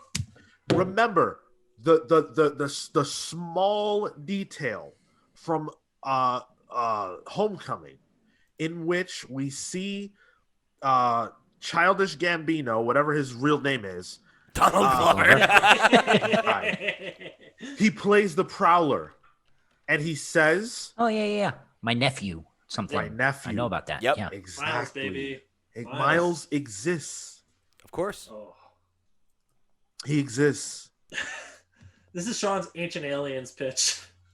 It's so interesting because like I think it's clear that like we're gonna get Miles in the MCU at some point, right? Like they drop that thread, there we go. This could very well be it. But my question is, at the end of Venom, when we saw Michael Keaton's Vulture, right? Oh, yeah. Wait, whoa. When did that happen in Venom? Right? Isn't that in the post-credit scene of Venom? No, the post-credit scene of Venom is Cletus Cassidy. Oh, right. What am I thinking of? What you're thinking of is the Morbius trailer. Yes, thank you. The Morbius trailer is where we saw Michael Keaton as the Vulture. Thank you. Is that because? Oh boy, that's fine. We'll just keep rolling. Finish your thought, then we'll pause. Is that because Michael Keaton's Vulture in that universe? Like it's a different Michael Keaton's Vulture than the one that we've met? Or is it that we're in a situation where like they're blending the universes together? Like, you know what I mean? Because it could be that, to your point, right, that Tom Holland is going to leave the MCU proper and go to this other, to the Sony universe or whatever and start being in those movies. And we see Miles become the MCU Spider-Man. Or it could be like they're trying to blur the lines between them and like, I don't know, contextualize some of that stuff within the MCU as like part of the deal and like that they have with Sony. All right. It's a tightrope that both companies are walking. And the relationship between them now appears to be, in my opinion anyways, less tenuous than it was before, but more more based on a particular vision. Whereas before it was just like, hey, like we need Spider-Man, you guys need us to make your movies not suck. Let's work it out. And I think that there was a lot of like, I don't want to have a relationship with you, but I have to feelings. Sure. Now I think they know what they're going to do. I think they know what they want, and they know how both can win creatively, whereas they weren't both winning creatively before. For that reason, I say, I don't believe that this deal is long-term. I don't believe that Marvel actually wants to have to be saddled to whatever Sony chooses to do, because I don't think Kevin Feige has a ton of respect for what Sony does with Spider-Man or the characters. I don't. I believe that they need a way to keep Spider-Man in their world forever and not have to relate with Sony every single time that they want to use the character, and every time that the deal expires, they have to go back to the drawing board. I don't think they want to do that anymore. And I also don't think Sony wants to have to not get that money that comes from having Spider-Man in your movies. So I think that they found a solution that works for them both. And I think that the answer lies in what is happening with the multiverse in Marvel. I think they're using this as an opportunity to blur the lines. I think that Michael Keaton's Vulture ends up in Morbius for a reason that is not normal. It's not like, I'm just here now. Yeah. I think that there's a weird reason why he's there, and that relates to what's going on. Because remember, you have to remember the newspaper that you see in the Morbius trailer that shows you Spider-Man as a fugitive. And there's the spray paint. And right? the spray paint. Yeah. There's a graffiti that's like calls him a murderer or something. Yeah. So obviously that's connected to Mysterio. Yes. At least that's the theory. Right, sure. I gotta tell you, the idea of having like 3 different Spider-Man in one movie from 2 different film studios, is there honestly anything like it? I can't imagine. There isn't. It feels surreal to me in the same way that that Avengers felt surreal in 2012. At least that's one studio. Yeah, for sure. But like, I don't know. I feel like sometimes we're like numb to how crazy that was when it happened, because it was, it's been built on so much since then, and it's been such a present fixture that like you kind of take it for granted. But like the idea of 4 superhero movies coming together to be sequelized in a team-up movie, that had never happened before. And like that was like fucking insane and mind-blowing. And it was like, as a longtime comic reader, it was very much like I can't believe this is happening. This is the kind of shit that they used to write about like in Wizard magazine in the 90s, where it's like, imagine if they made an Avengers movie, like this is who we would cast. And then it happened. And this feels like the kind of thing that a few years ago we might have been like, imagine if they did this, like if they had like a crossover movie and they established that the Sony universe from back in, 2000 is canon in this weird backwards way. Like that sounds like fan theory bullshit, but it seems like it's actually going to happen. And I think that has the potential to be really, really, I don't know, like at least exciting, like at least hype, whether or not it's good is, up for debate, but. The only thing more zany than that to me would be is if Time Warner and Disney were like, yeah, you know what? We should do a Superman versus Iron Man movie or something. Amalgam movie. Whoever wins, we lose. I gotta say, all theory aside, like just the premise alone, I was thinking about this earlier in the week, and I don't even know if I'm like, I don't know if I was even more excited for Avengers than I am for this. Part of it is because I've been thinking about it for so many years, but also like I gotta say, like I genuinely miss Tobey Maguire's Spider-Man. I really do. I think he was the best of the three, personally. I don't know if I agree with that, but I miss those movies. Someone asked me this week, like, what qualities do you think that each one of them brought to the table that they were best at? Oh, that's interesting. Yeah, and it was a really good question. I was happy to answer it. And with Toby, I feel like he was able to bring that, like, I don't know, that college age, like, I'm kind of like lost in the world. Yeah. He really epitomized the down on his luck Peter Parker. Yes, he epitomized in a way that nobody else did. It felt like he was bringing that specific aspect of Peter's life to life. And also, he seemed to be, more than the other two, having not Toby, but his Peter seemed to be having so much fun being Spider-Man when he would swing around and he was, so happy, like, whoa, like so excited.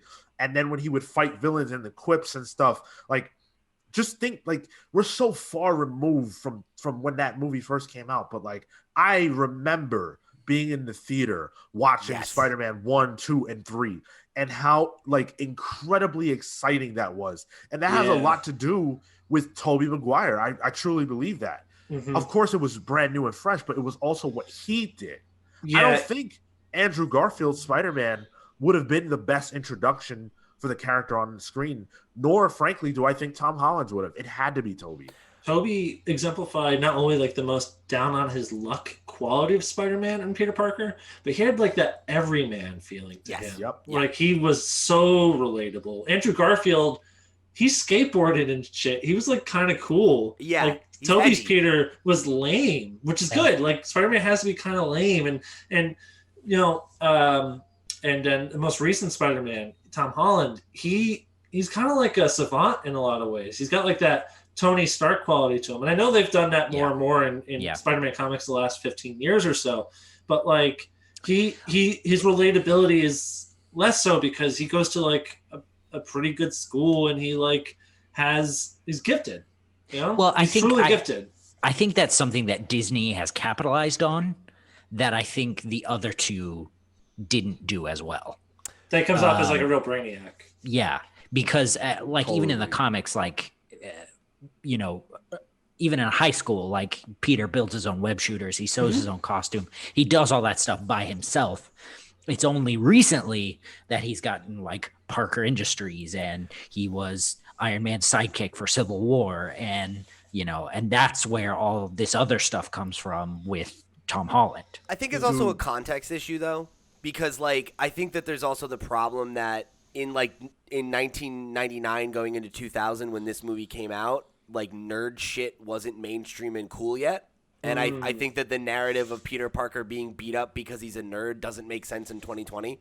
And like I think that's part of why Tom Holland's character isn't presented that way, is that like I don't think that like being smart or being like into video games or any of those things that, like are exemplary of his character and like nerd culture now, like would lead to you getting like pushed around by a Flash Thompson or like not being, not able to get a girlfriend or whatever. Like the rules have changed a little bit. And I think that like what works with Toby and those Raimi films is like they really tap into, like the OG like feel of Amazing Spider-Man. And like I think that the difference that the word that I would use to describe what is unique about his Peter is that it's like there's vulnerability. Like he is, and I think that's a huge part of what makes Spider-Man a appealing character.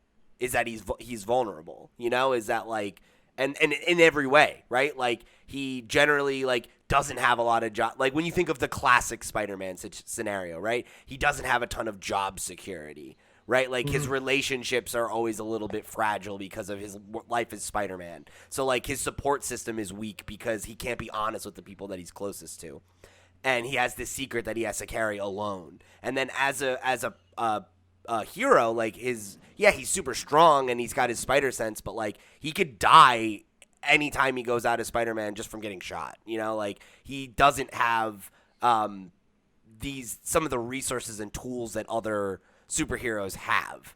And that was best conveyed in those movies, especially because from the first movie on, right? He's not living at home. Like he's off on his own and he's living in a dingy, shitty, I'm 20 or I'm 19 out on my own for the first time apartment kind of setup. And like, it's way more that classic Silver Age to the ground. Like he's a fucking loser kind of. But Spider-Man is where he's free. And that's like why he has, to Sean's point, like you feel like he's having so much fun when he's Spider-Man because that's the only part of his life where he's in control. I love what you said, and I think you're totally on point, Pete. I don't want to gloss over Kale's point though, because I think you are totally right in that Tobey's Spider-Man had organic webs, and that took away from the audience immediately grasping how smart he was. Yep. Andrew Garfield's Spider-Man made his own webs, but he was too cool for school. Yep. Tom Holland's Spider-Man is actually smart, and they're not shy about showing you that. And it's not bad. It's not a problem that he's smart. It's something that is actually his way into the world, how smart he is. He could have powers, and that's fine, but having powers wouldn't have necessarily been enough to create the relationship that he ends up having with Tony. That's his way into the Avengers. Yeah. And for a young person, anyone young who's ever been young, which is every human, understands what it's like to feel alone. But here's this kid who not only doesn't have to be alone anymore, but also gets to live and be amongst the people that he looks up to the most. And it's because of how smart he is, in part, that he gets to do that. But my last thing I want to say here is I don't want to gloss over Andrew Garfield's Spider-Man either, because I actually like that one too. One of my favorite all-time moments in Spider-Man anything is when he speaks to the child on the bridge after the explosion, and the kid is scared, and he gives him his mask. Me thinking about that right now, I feel like watering up because of how special and unique that was to show, like, hey, I'm a loser too. I'm scared all the time. When I put this mask on, I don't have to feel like that anymore. So here, I'm giving this to you. That's the gift of Spider-Man. The gift of Spider-Man is any human can be me, because being me is just being human. And it encompasses everything that is. And I just think that was such a brilliant moment, and Andrew Garfield did a great job of bringing that to life. You're making me think of the funeral scene in Spider-Verse, and that shit, like, getting that, like, distilling that fact about Spider-Man down that way, like, it literally gets me every single time. Every single time. Most importantly was Spider-Man 2, when we really learn that Spider-Man is the pulse of New York City, right, Pete? Yes, of course. What did that sound like, Pete? I'm sorry though, that's not you're wrong. That's not Spider-Man 2. It's Spider-Man 1 with the green. Oh, my bad. Cool. Can you give me an example? I'm just saying. Like? I mean, you're gonna mess with a guy trying to save a bunch of kids. You mess with one of us, you mess with all of us. Some dude in a Yankees hat. You guys remember 9/11? Yep. Because Spider-Man does. This is when we still like Giuliani. I didn't mean to make this, the Spider-Man podcast, but no, I'm glad. Let's do it. Yeah, anything to save you from the embarrassment of not knowing DC characters. Back in my depth, yeah. And listen, that depth ain't that deep. Shut up. Maybe when I'm your age, I'll know more, Kale. Going from a puddle to a fucking sink. Yeah, you chose right, Kale. Measure up with Pete with that old wretched dick, not me. Well, let's find out what we all know about. Is that a challenge,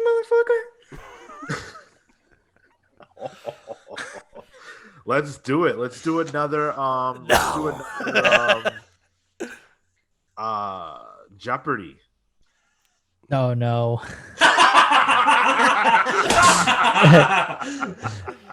Oh man. Well, short of that, let's see what we all know about the King in Black as we review issue 1 of that very title. Johnny hey. Cash. So Phil actually had to leave. Something flout, I don't know. His mother is playing the flout. Some kind of.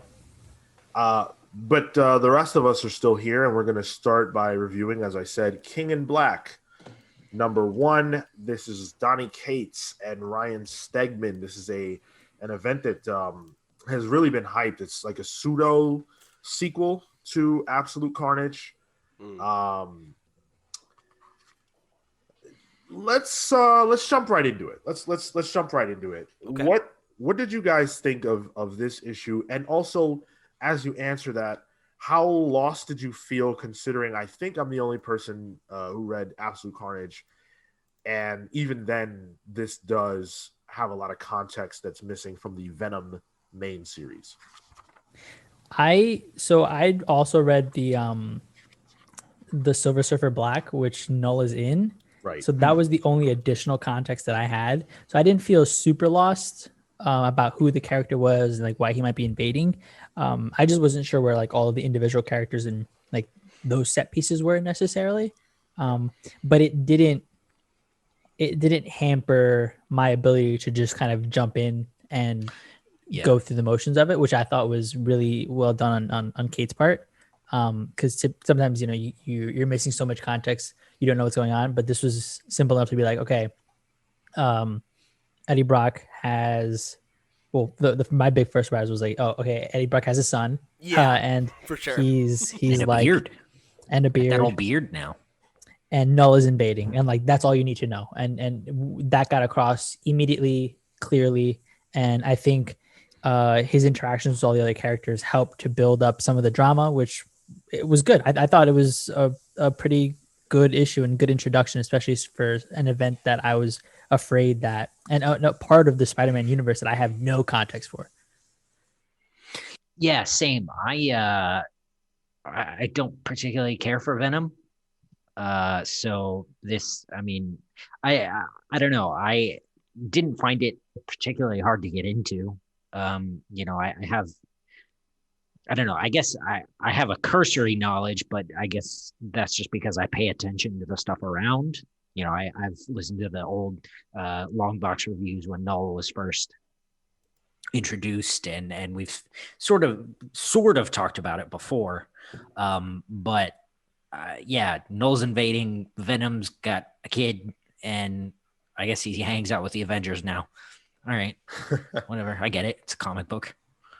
Yeah, that's like both of those opinions are basically exactly how I felt. I know the players enough, you know, and like sure I'm not up on what's been going on with Venom the last several years, but it was easy enough to jump in and like accept the status quo of okay, he has a son now, and you know these are the stakes, right? Null's invading, and I don't really need to know who Null is or what's happened before or whatever to understand the stakes. Right. Because the stakes are that Null controls all the symbiotes, and there's a symbiote army, and it's taken over. Okay, great. Yep. That's the thing that the Avengers would deal with, and it makes sense that Venom is involved. Got it. And even the symbiote plot is something that's been sort of rehashed a couple of times. Yeah, it's like in the past, I don't know, decade at least. Yeah, it's not hard to understand, you know? Yeah, pretty standard Avengers thing, really. Oh, I'm a character who doesn't deal with the Avengers, but I've got a big crisis. I better call the Avengers. Yeah, and I don't even mean that like loaded in any kind of way. Like I think it's, not necessarily, but it's kind of cut and dry. I mean, it's you know, it's what the Avengers are there for. Yeah, like right. as a seasoned reader who's familiar with the cast, it was very easy, I thought, to just slot right in and like This felt like one of those comics that speaks to the whole, like, every comic should be able to be your first comic. Like, I could pick this up and just be like, all right, cool, I got it. That's what they're doing. Yes, very much so. Let's go from here. I think that's something that Donny Cates really excelled at with this event, is just creating a playing field that anyone can jump in on. You don't have to have a ton of knowledge, as you guys said. I was just curious to know how you guys felt, because I know that sometimes is a question mark when it comes to these things. Let's talk about the meat of the story here. This issue really is centered around just setting up the stakes of the series with the arrival of the Marvel parademons, basically, which is just these like symbiote dragons. Fucking it's Venom's parademons that can fly through the vacuum of space, apparently. And the arrival of Null here, and they make him out to be an extreme threat. He's an Avengers level threat. He's a threat so large that the mutants actually feel like they need to step in and help out, cool. Which was cool. Donny Cates does a great job of establishing, really from the early goings, why this is such a big deal. Fucking ripped Sentry in half. Yeah. Okay. So you jump to that, and that is something that I was going to call out as one of the things that I didn't like. Sure. So, okay, cool. Null is a big bad. Got it. Why would you sacrifice a character like the Sentry to him so quickly? Like, when I saw the Sentry, I almost jumped out of my seat. I love the Sentry. And then literally within 2 pages, he's dead. Then the Void comes out. The Void is supposed to be an even bigger, more powerful threat than the Sentry. And Null assimilates the Void or kills it or whatever within one splash page or one double page spread. Okay, is that what fucking happened? I was very confused by that. Yeah. Yeah, it was. I don't actually think that was showcased very well at all. But that was very, very disappointing. I don't like it when, in order to establish the threat of a villain, they instantly sacrifice another hero. I think that's cheap. Yeah. So for that kind of the Void part at least gets explained in Silver Surfer Black, where he's like something born of it, and can control it. So like for me, that made a little more sense in context. Okay. But agreed on the point where like it's not necessary to be able to prove to you how bad this guy is by offing a hero. Especially because the Sentry is more powerful than anyone else that we saw. So if he was able to do that to the Sentry, why do I believe that Venom, who ultimately will probably be the one to deal with this guy, can beat Null? He's got his little hentai tentacles. Well, yeah, and what's worse is we know he's gonna. Right. Like, that's the nature of it. But when you raise the stakes so high immediately, it's like, okay, well. Exactly. Yeah, it lessens the impact. It had the opposite effect on me. So one other question: did Storm die? She died, right? I believe so. Not that it really matters. She's a mutant, so.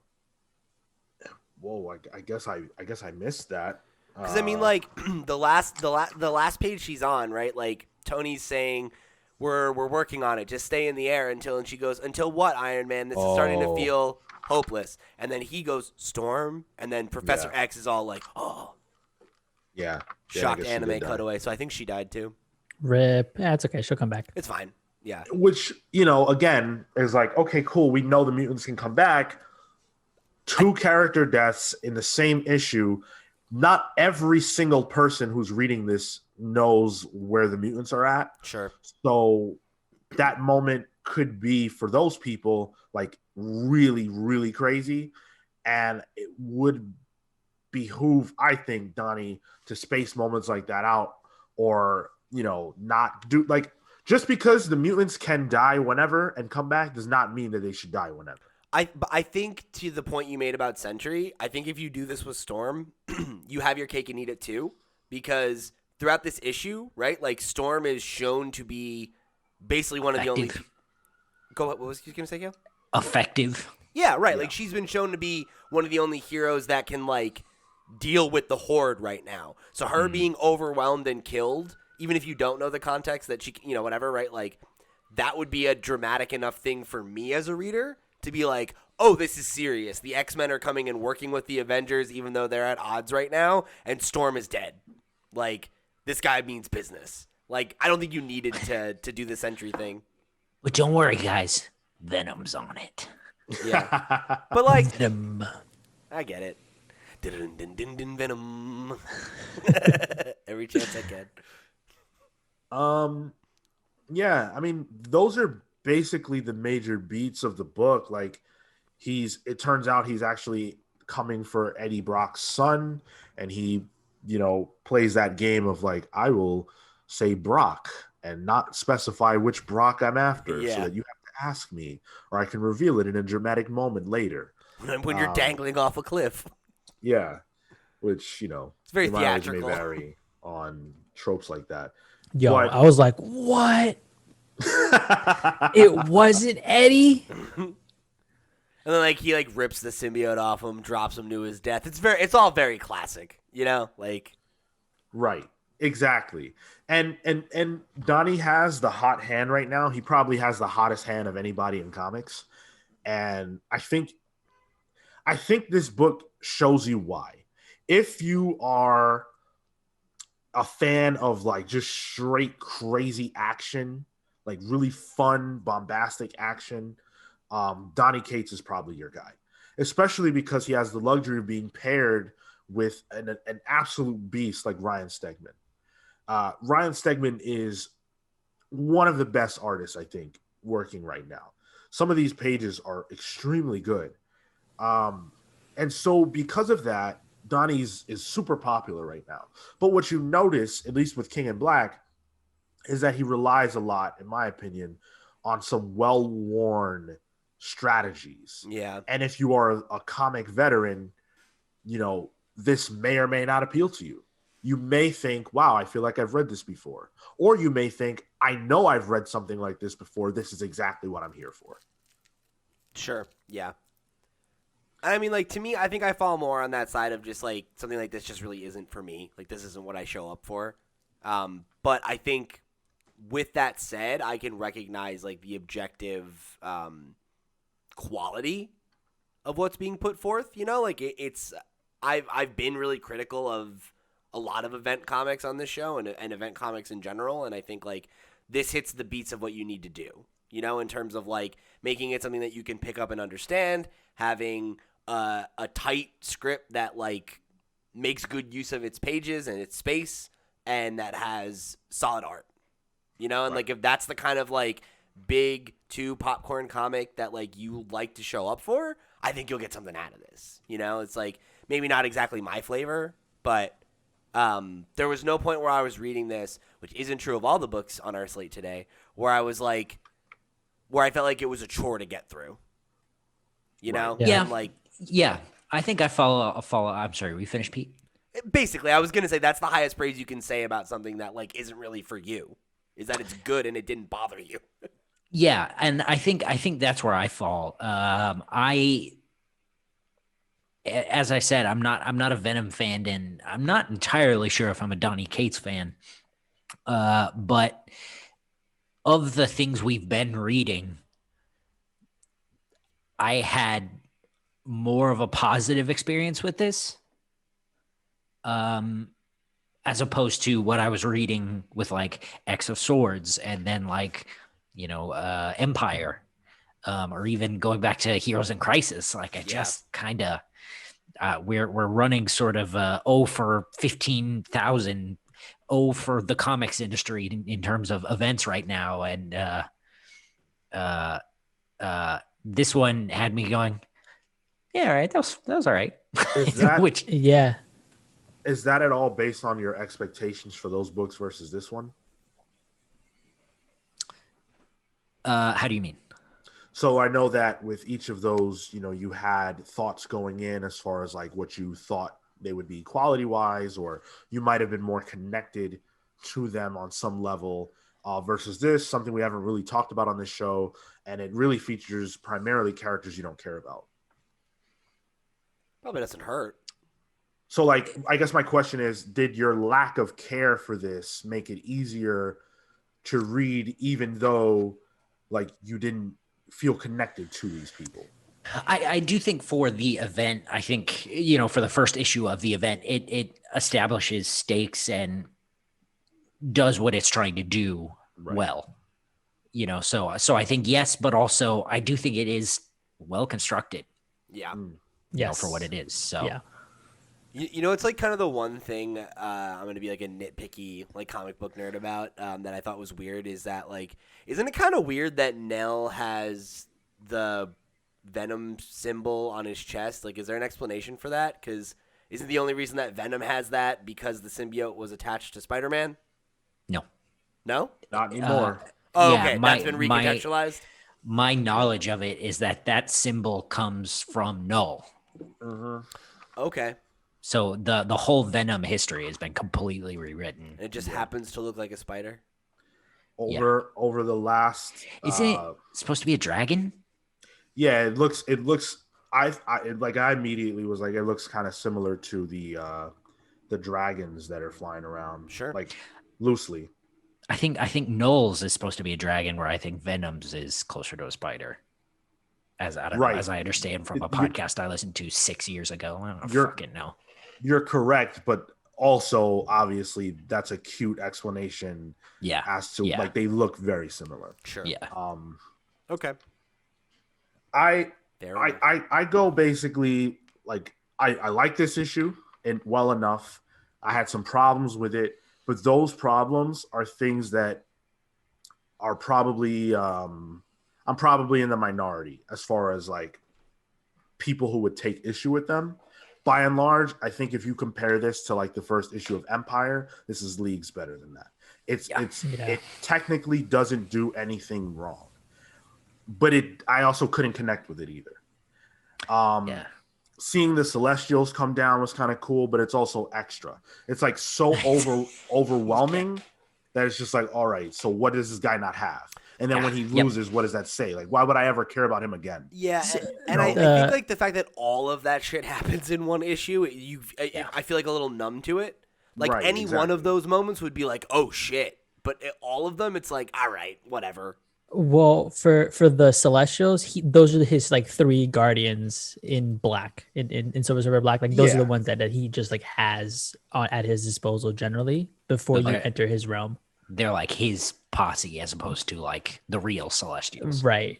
Which is fine, right? Like conceptually, I have no problem with that. In fact, conceptually, I don't have a problem with anything that happens. My only thought was what Pete said, where it's like, okay, man, you're doing a lot. Where do you go from here? For the very first chapter, like, leave something else, How long is this? Do you know?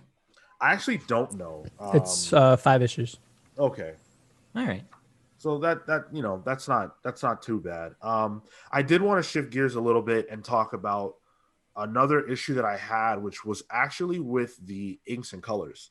So I just flat out the gate, I don't think that this is a match made in heaven. Ryan Stegman's art in Absolute Carnage and the way that he was inked and penciled there versus here, I think that style suits way more towards what he does than this does. It lost a lot of its energy, I thought, here. Yeah, some of it was really awkward. Like the first introduction of the Avengers. I that page looks really off to me. Like particularly Captain Marvel. But then like even like I think it's the next page where like Tony, like his eyes just look like bloodshot. Like he looks evil. He does, yeah. He looks like sinister as fuck. And like he's They're running planetary defense right now. Like, he's the good guy in this scenario. Yeah. Go ahead. With the colors, it feels like everything's got this weird orange film to it. Mhm. Yeah. Yes. Too. Absolutely. Like that There's especially like a in those tint. moments. Yeah, especially in those moments with the Avengers, like it doesn't make them look good. Mm-mm. And I think that they were probably deliberately chosen because of the way that because of Null. Because I think that Null actually looks pretty cool throughout this book for the most part. But I think that makes sense. But I think that's at sacrifice to the rest of the characters. Venom and Null look the way they should. Everybody else looks a little weird. Yeah, I feel like like we always call out in like the current slate of X books, like how there's like a lot of usage of like blues and pinks, and like that's kind of the distinct color palette of like what's going on with the Krakoa stuff is like it's this vapor wavy kind of vibe. And this, I feel like it's a way over reliance on like red and orange. Like everything is red or orange or black. And it's like that when that works, that really works. But in this, it just feels a little bit like stiff, maybe flat. Yeah, totally.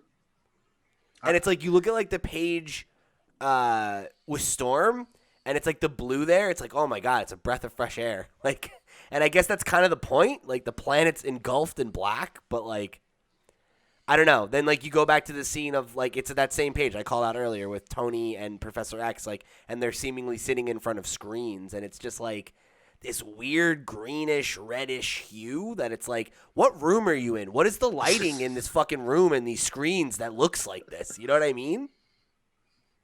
Yeah. Everybody's a 14-year-old on their computer in the basement at 3 a.m. Yeah, like in pitch fucking black. Yep. In my opinion, and we'll see how this thing plays out. If you want to see what Ryan Stegman's art looks like divorced from a mismatch in colors and inks, check out Absolute Carnage. Like that book looked crazy. Like it was over the top good compared to this, which I think looks all right, but doesn't do anyone but Null justice. It's the small it's the small moments where I think it suffers the most. Any other thoughts before we move on? Are we gonna follow this? I don't think so. Yes. Cool. I'm fine with that. Of course, if you want us to follow it, write in and let us know, and we'll do that. But And we won't. No, we will. On the outset, I'm not intrigued enough to want to. I'm going to buy it, but I'm not intrigued enough to, present it every month for talking about it. Yeah. Let's get into our double dose of Tom King, and we'll start with Batman, Catwoman _1. This, of course, by Tom King. Clayman, the one everyone's here for, and Tamu Mori. So this series is going to take place across 3 timelines, essentially. So the past, essentially like Catwoman and Batman's past with each other, some of the will they, won't they stuff that we saw in his run on Batman. And following through with that, the present that takes place immediately after the City of Bane and the end of Tom King's run on the mainline Batman title, and the future, which takes place after Batman Annual number 4, I want to say, and Catwoman 80th, Tom's stories in those, in which we see that Batman and Catwoman have a child together. They have a daughter named Helena, and that Batman has died, that Bruce has passed. So I say those things out the gate because this book doesn't really try to fill you in too much on anything I just said. Yeah, It yeah. sure I didn't. had no idea. You said that, I'm like, oh, that makes sense. Yeah. Now I understand. So in addition to all of that, it also introduces the Phantasm. And we'll talk about that. But just hold on. It introduces the Phantasm, a character that has never been in a comic book before. So it does all of those things within its pages. I'm not sure the exact page count, but that's a lot. Yeah. And so that's how we'll start.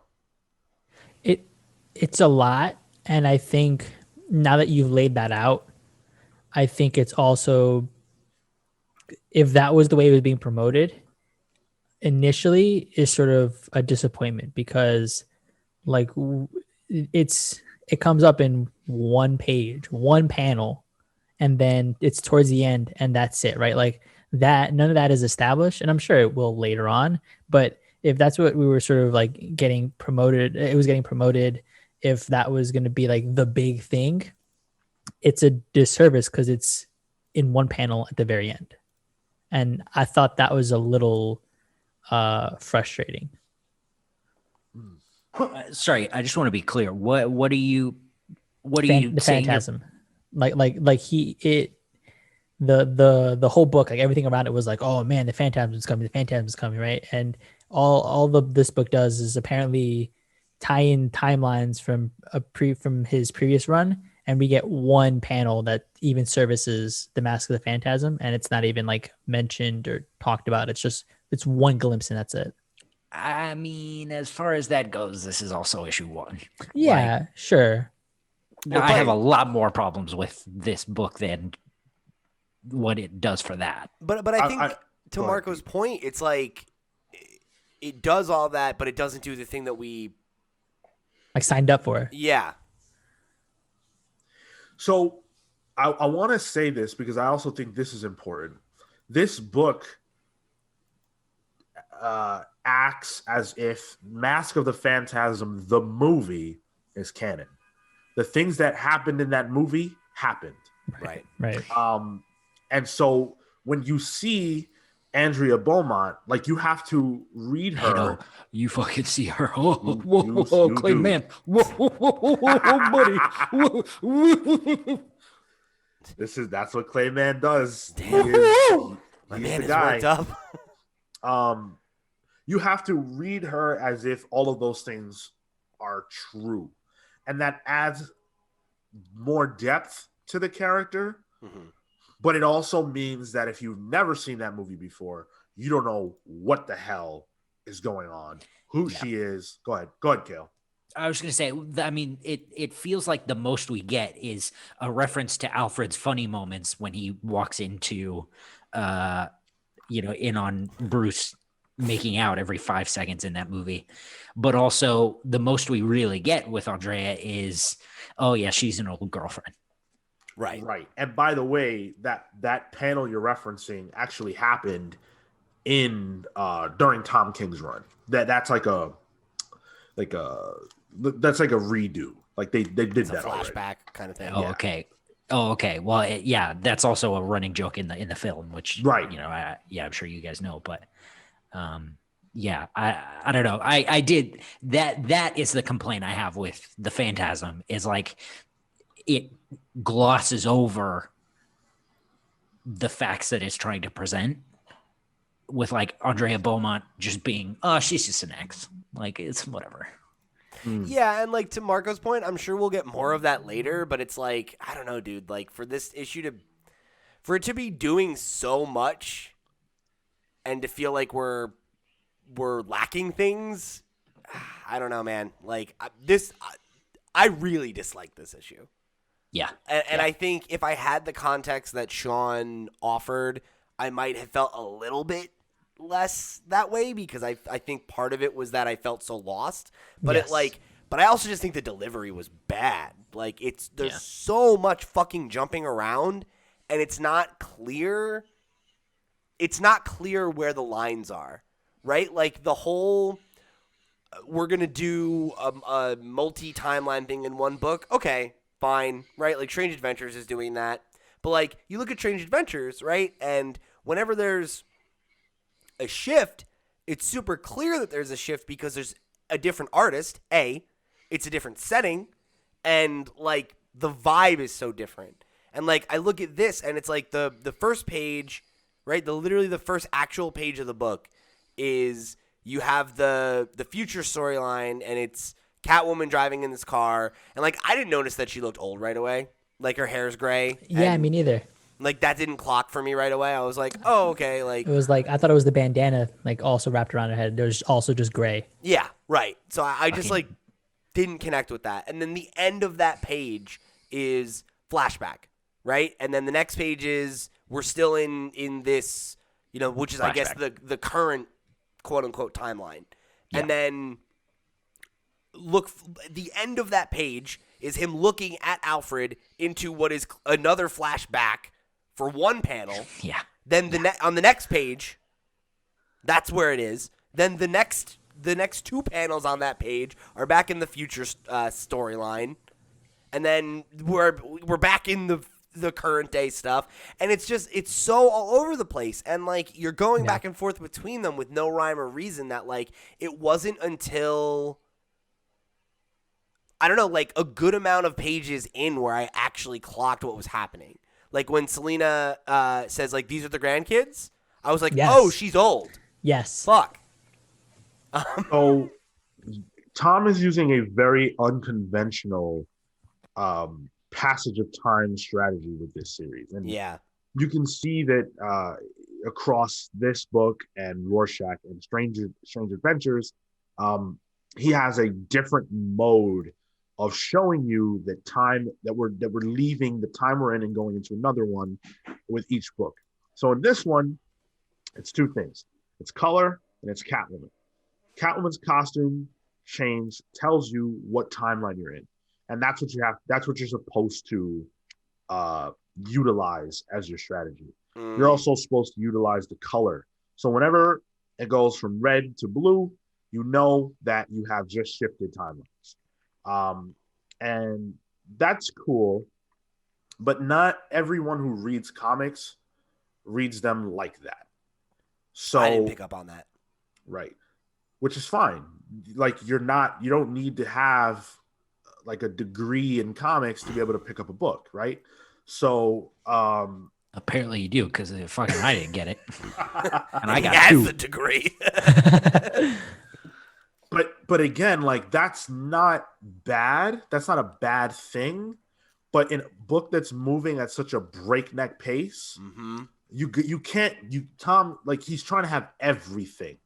You can't have absolutely everything. Not in the first issue. If you're gonna jump timelines, do it, but do it slower. Show us a little more of each timeline per segment. I don't personally think this book needed to jump around so much. I think that was too jarring. Yeah. Even I knew what I was looking at, but it's like, okay, but I want to sit with at least one of these, and you never get to. But then let's actually talk about where the book falls apart even further in my mind, which is in what's actually happening. So what's the story? And Andrea comes to Bruce and wants him to help her figure out what's going on with her son. Her son is like lost or whatever, and she needs, he's got nothing, and she wants to find him. And then in the future, Bruce is dead, and Catwoman wants vengeance she wants to know what happened to Andrea's son, and she wants, revenge for it or whatever. Okay, cool. Why does Selena care about that? Well, we don't know, because in this issue, the only context we have is the initial, like, oh, this is who Andrea is. She's got a son. This is what is going on. Selena is learning these things right now. So in our present story, that's where she's at. In the future, she's got an axe to grind, and she's actually supporting Andrea's agenda. But why is she doing that? Like, it's cool to show us the initial learning of it, but to jump so far ahead to where she cares, there's a lot missing. Obviously, between issues 2 and 12, we're going to learn why she cares. But oh, fucking hell. Right. But right this minute, we don't know. And so that scene where she cares has no weight. Also, and maybe this is me being too much of like a nitpicky dork, but like I don't buy the whole future thing. Like the whole reveal that like it's Joker. Well, it goes through this whole issue. Like I'm sitting here on this page with Joker in the white fedora and Catwoman is looking at the necklace or whatever, and I just don't buy that whole relationship. No, I don't. Like I don't buy any of the Joker's dialogue. Like the way that he's behaving with Catwoman, like their level of like familiarity that they're showing, and that like he's so like, oh, like you're a villain and you're having sex with Batman, like this isn't you, like you're fun, like it's like who, like I don't know, that doesn't ring true to me at all. And then for it to be like in the future where she shows up and he's like, oh, it's so nice to see you, and like we're gonna talk about our grandkids and stuff. Like in what fucking universe do you believe that the Joker like was settled down and got normal and had a family and then like retired to Florida or whatever? Like that just doesn't. If it was a different villain, sure, but the Joker, I don't know. Yeah. It doesn't work. It doesn't work. And if it was fucking Sean, Bane, sure, whatever, but like. right?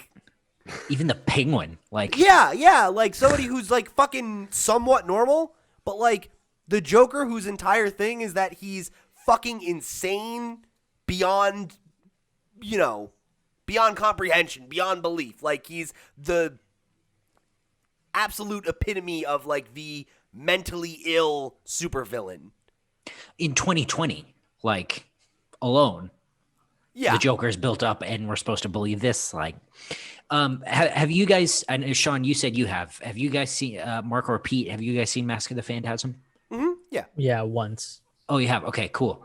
Did you guys buy the premise that Andrea would come to Bruce to find her son because she's afraid of the Joker?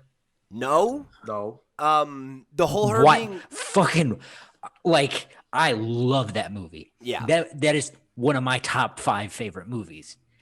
I didn't buy a goddamn line of that. No, Like, it made no sense. That didn't ring true for me, and at first I was willing to just be like, okay, well, this is a different Andrea, so, like, that is what it is. But then to Sean's point, it asks you to consider that canon. So then, like, no, that doesn't play for me. And I also don't think that you needed to include that detail. Like, her coming to Bruce because it's in Gotham makes enough sense. I've been hiding for the last 14 years or whatever it was, right? My kid's lost in your city and you have, like, he can find anyone in Gotham. He can figure out anything in Gotham. That's his fucking playground. Of course you would go ask him, right? It's your kid. You're desperate. You're nervous. You're trying to go back underground. Fine. Like, I don't know, dude. I'm so scared of the Joker. Who apparently in this story is, like, somewhat normal. Nathan Lane. and that was one of my other big problems was the Joker from Mask of the Phantasm has a concrete origin, right? Like we know, yeah, the movie establishes very clearly who he is and how he relates to all these characters. Yep. And there's no way, it's not possible to reconcile that with even Tom King's own stories that include the Joker, let alone like even 3 Jokers, which we just read, or anything else. Like, it's not possible. You can't do it. It doesn't make any sense. So I understand that Black Label books generally are like loosely canon. Tom King did an interview in which he said that this book is like over top of canon, essentially, so that it doesn't necessarily fit and it's not intended to fit, but like the Killing Joke, it could fit. Right. No, okay. That's bullshit. But it's not. To me, that's playing way too fast and loose because you're also choosing to continue from City of Bane, which is canon. So how could City of Bane be canon, Mask of Phantasm be canon, and this not be canon all at the same time? Well, that's the thing is I don't have a problem with you being like fast and loose with acknowledging like these things apply and these things don't or whatever, right? But like, But what doesn't? that's the thing, is it's not clear either. Like it's not like, you know, like Three Jokers, for example. I think you can take that out of continuity and be like, okay, like clearly it acknowledges that like the Killing Joke happened. Like that is canon in this story, and that's apparent from the writing. So like fair play. That's enough for me as a reader.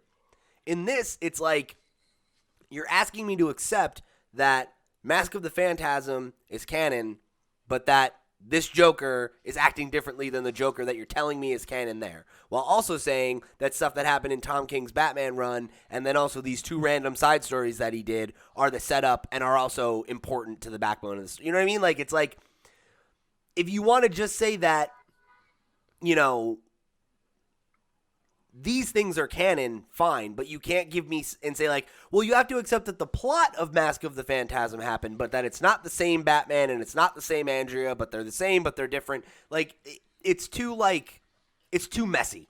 It's way too messy. This is exactly what I don't like about the idea of DC's loose omniverse. This is what you get, and this is one of DC's elite writers. This shit doesn't make sense. And if you turn off your brain and you say, well, okay, forget it all, then how do you connect with the story? It's a lose-lose, in my opinion. That's how I feel. I'm sure there are people who, you know, like the book. I read reviews where they were very, very favorable, but I just can't. I don't know. I wanted to like it. You guys know I've been super excited for this. This did not scratch the itch that I was hoping it would. The one thing I liked was Sewer King. I thought that was awesome. My man, Sewer King. I'm a big fan of Selena jamming to Silent Night. I think that, you know, that's random. Running down the highway in a convertible, cat in your lap, jamming to Silent Night. Why not? That's a dream. Yo, I want her cat in my lap. Whoa. Hello, do you? I want another cat, bro. Like I have 2. I want another. Like real quick, Marco. I specifically want to hear your thoughts on this. You know the page that Kale was referencing earlier, where the Joker's in this like suit with no jacket, and he's like kind of looking off to the side while Selena's talking to him. It's got like the pink background. Yeah. To me, this looks like when you're in like Artist Alley at Comic-Con and you see like the anime-ified version of like, you know what I mean? Like it looks like it's like what if like the Joker was in like a sexy anime? Yeah. You know, because he's like looking off in like the distance and he like looks very pretty. You know, like. Yo, that's a fly outfit. It is. That's a cosplay. You know, you bring up the art. This book is so hot. Like it's visually, this book is. Oh my God, Clayman! Like, dude, this is why I wanted to read this book so damn bad. You're telling me that Clayman is gonna draw Catwoman and Andrea Beaumont for 12 issues? Yup. Some cat booty. What about the page where Bruce is talking about how he installed the new security and then Catwoman like climbs in the bed? Please. Yeah. Break into my house. It's pretty erotic. And there were people saying, "Oh, this is like cheesecake. This is like, shut up." I mean, yeah, it is, but it's Clayman. Like that's his style. Yeah, like how are you gonna complain about a dude doing what he does? This is his job. This is what he gets paid to do. This is his style. And by the way, I argue that the men in this book favor just as well. Oh yeah. No, because that's the thing, right? Is like I think that's why it doesn't bother me. Is because like it doesn't feel like explicitly male gazy, like I just said. Like I feel like the Joker looks like a fucking dreamboat in that shot. Like you know what I mean? Like I'd bone this version of Alfred all day. Shit, even old Selena can get it. Like it just looks like everybody in this book is just hot. Like that's the thing. It's like what if everyone in the world was sexy as fuck? Fucking CW drama. Like Batman and Catwoman are like getting ready to have sex on this fucking roof too in this one part. You know, they're like, "Oh, I really need to go. The Joker's escaped or whatever, but maybe I'll just keep biting your fucking neck." Like it's pretty Tom King, I think. I think he's got a thing for rooftops. He's horny, man. Sure does, dude. Read his Batman run. There's like every No. freaking. All right, yeah, I want to. don't. Yeah, I don't know. There are other things to say, I guess, about this issue, but I don't feel compelled to say them. Quite frankly, I didn't like it. I intend on reading every single issue of this run. I do. But it's not because I loved what I read here. Yup. I'll just watch Mask of the Phantasm again. It did get me interested in doing that. And I've been like thinking about rewatching animated series for a while, so maybe it's time to just double down and do that. Let's talk about Strange Adventures, another Tom King joint. This time he is joined by Mitch Gerrits and Evan Doc Shaner, with letters by Clayton Cowles, the man. I have to say, and I'm so interested in what everyone else thinks about this issue. Me too. I really, really liked it. Really? I liked it too. Interesting. Okay. Wait, You didn't Marco like it, didn't did you, like it? Marco? You're the one who liked every one of them. No, I was down on this issue. Wow. Okay. Did you like 6? I did like 6. Yeah, I very love much so. 6. Yeah. Yo, go back to listen I to missed that review. one. That was a good review. Yeah, I missed Damn, that. what That was a episode was great that? review. I don't know, but that was a great review. Yeah, so one of my biggest issues with this story so far has been the lack of answers or reveals. And I said last time that 7 needed to give us something, and it needed to be a turning point. I think by now you probably know whether or not the series is for you. 7 issues deep. And I it's funny because I said that, and I don't know if series is for me, but I know that this issue finally gives us an answer as to what the hell happened with that one dude that got killed. Okay, Way all right. back when, yeah. So I wish Phil were here because I know he's going to get this reference. And what frustrates me is, Andy Daly does a character on Comedy Bang Bang. It's an improv comedy podcast where comedians come on and they do certain characters based on, the conversation. So Andy Daly does a character called Dalton Wilcox, who's the poet laureate of the West, a cowboy poet. The other thing about Dalton Wilcox is that he also hunts monsters. And the thing about what makes this so funny is he finds monsters just kind of in his everyday life. So one of the big stories is that he had a flat tire, but then he looked at the guy and he realized, hey, wait a minute, that guy's a vampire. Okay. And he shoots him because the guy asked him for $50. That's how I felt about this. I was like, hold on a second. Adam Strange didn't like that the guy didn't like his book. Hold on a minute. Wait just one goddamn minute. I'm Adam Strange. I'm the hero of 2 goddamn worlds, and this guy doesn't like my book. Why would he be throwing things? He must be a picket. I gotta kill him. But he's a human. And it's what? Well, I understand exactly what you're saying, and I felt similarly, but I genuinely believe the book explains that really well because of the context of his torture. Right. Yeah, and right. The fact that he is clearly dealing with severe PTSD, the likes of which no regular human has ever experienced before. And he probably shouldn't be in the world, but he is. And that's the result, is that he's not all there.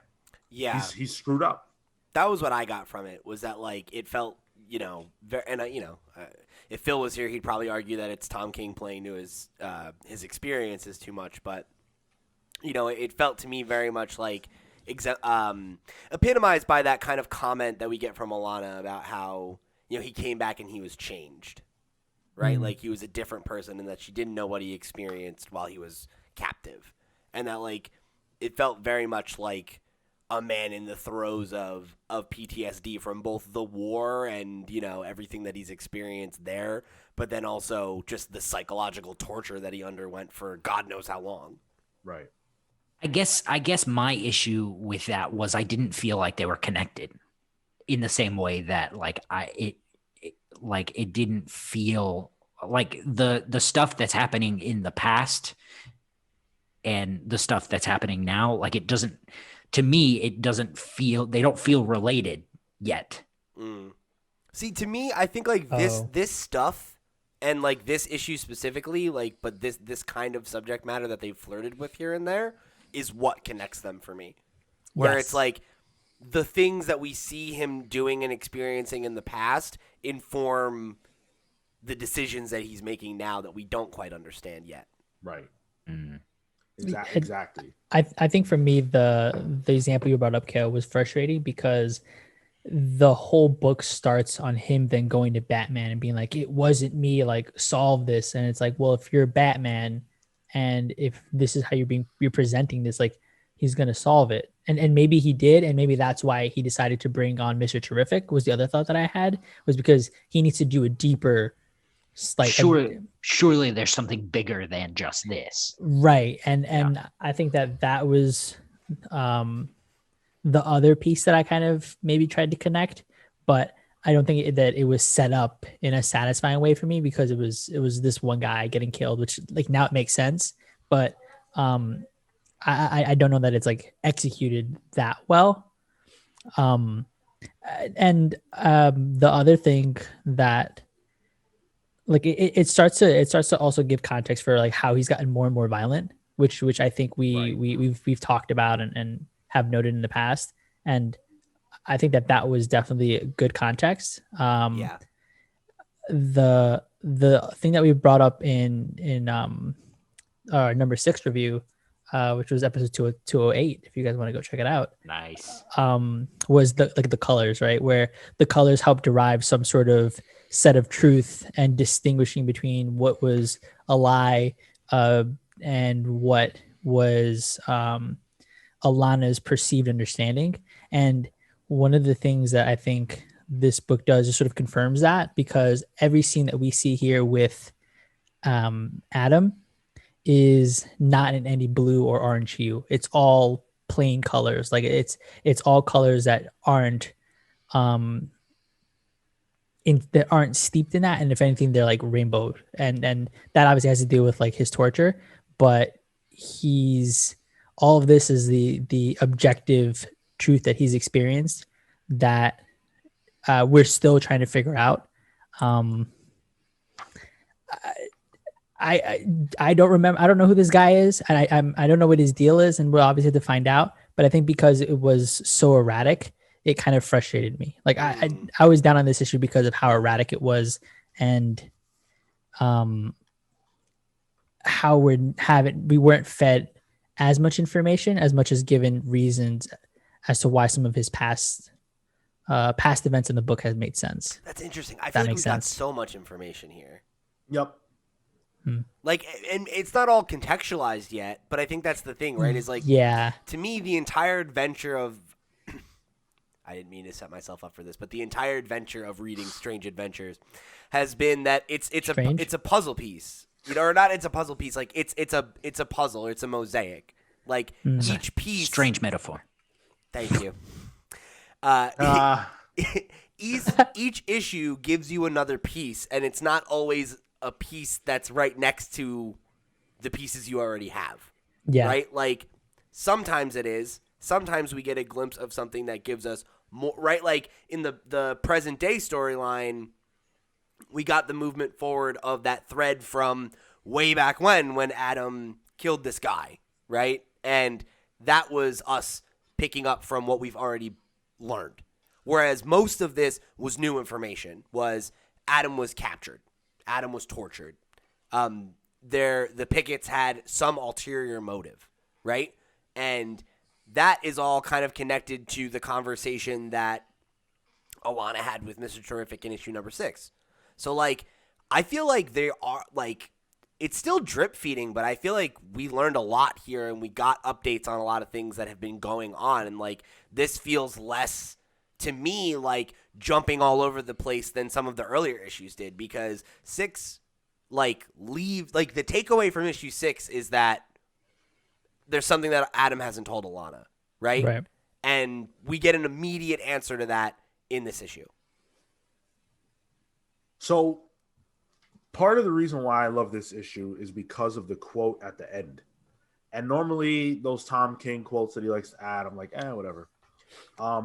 I thought this one was actually really strong as it relates to Adam Strange. And so it says, I mean, in one of my stories, the guy gets killed, he goes to another world, the bad guy gets it, and then he goes back to this beautiful world with this beautiful girl. I think that's lovely. That's a lovely story. It should happen to everybody. And that's a quote from Al Williamson. Now, I take that and I think about soldiers and how the way we think about soldiers is they go away, they do a heroic thing for their country, they come back and they're the hero. They get the glory, they get their woman, their beautiful wife, their children and everything else, and they live happily ever after. And we applaud their efforts while they're doing them. We celebrate them when they get back, and then we forget that they exist. This story is showing us that in between the heroic, going away and the coming back, there are things that happen that alter that person. There's like an actual lived experience in there that none of us know or care to know. Yeah. And only that person has to live with what they did or what was done to them and how that changes them. And that adds context to the way that they go on to live their lives. We know, unfortunately, sometimes veterans do have issues returning to the world. And maybe they're more angry, maybe they're more violent, maybe they're sadder. Whatever it is that they're experiencing is because of what they went through. And now I understand what this book is about because of that quote. Mm-hmm. I think that this issue clearly establishes what this book is about, that it's about Adam Strange's experience in the war and the difference between the story of what he went through, which is the book that he wrote, Yeah. and everything that we see whenever Doc Shaner is the artist, and the reality of what he went through and how he feels about it and how it changed him, which is everything that we see when Mitch Gerads is drawing. That's now how I see this book. And to me, that is a book I really want to read. I agree. And I Can't wait for the trade. which fair enough. And I think I said that in the beginning. I don't think this is a book that benefits from you reading it month to month. I don't. I think you're better off waiting. And I think if you've been listening to these reviews, or we've been reading the book, but you've been waiting for the trade, I would wait for the trade, because I missed the issue 6 review. So today I read 6 and 7 back to back, and I found that to be a much more rewarding experience than reading it month to month. I really did. So that's kind of my take. Is I do like this issue. And I think I do like this series, but I also get it not hitting for you, because I think it is a thing that is going to benefit a lot more from you sitting and reading it in a day or two than over the course of a year. Yeah, personally, and I disagree. And this is something that is borderline unique to comics. The only other medium that has this is television, and now with binge watching, that's even going away. Yeah. You need to sit and think about these issues. I truly believe that. I believe that you're not supposed to read them and then put them aside. I believe you're supposed to read it and have time to ruminate over it and come to whatever conclusion you're going to come to, and then that's that. I read this issue and I picked up on those things, but it's the context of all of the months that we've been reading this that allows me to get where I'm at with this series. And yeah, I've been frustrated. I've had a lot of problems with this book, but I think the format of comics and the way that it has released allows you the space and time to think about it in a way that you can't when you read the trade. But that's just how I think about it. And I obviously am a proponent of the month-to-month comics thing. And so for me, this is working now.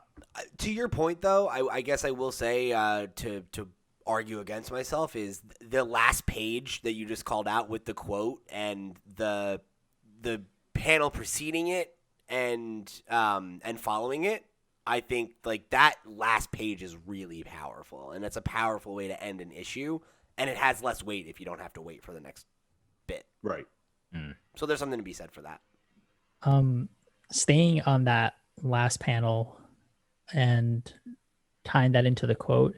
So I sort of read it as like a foreshadow in which I think that and this should be like wrong, right? Where like I think that Adam is gonna somehow side with the Picts and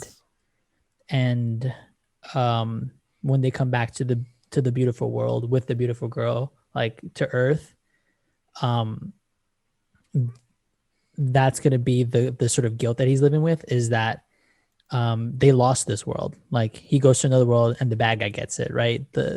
He's going to somehow come to some sort of agreement or deal where he has to sacrifice, assumingly, Aaliyah to the Pikes, where they're allowed to rule but maybe not invade or something.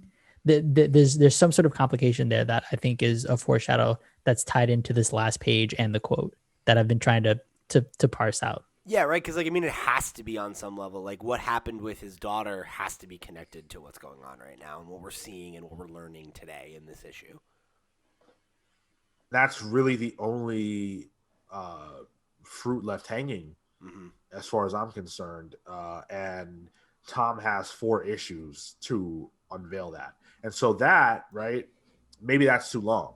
It's hard for me to understand now, sitting where we're at, with one major plot point left to reveal, how he's going to fill that time in between. And I hope we don't get back to the place where this book is frustrating, because again, part of the frustration that I had before has nothing to do with the format. Part of it is literally just, hey dude, you're taking one issue to say nothing.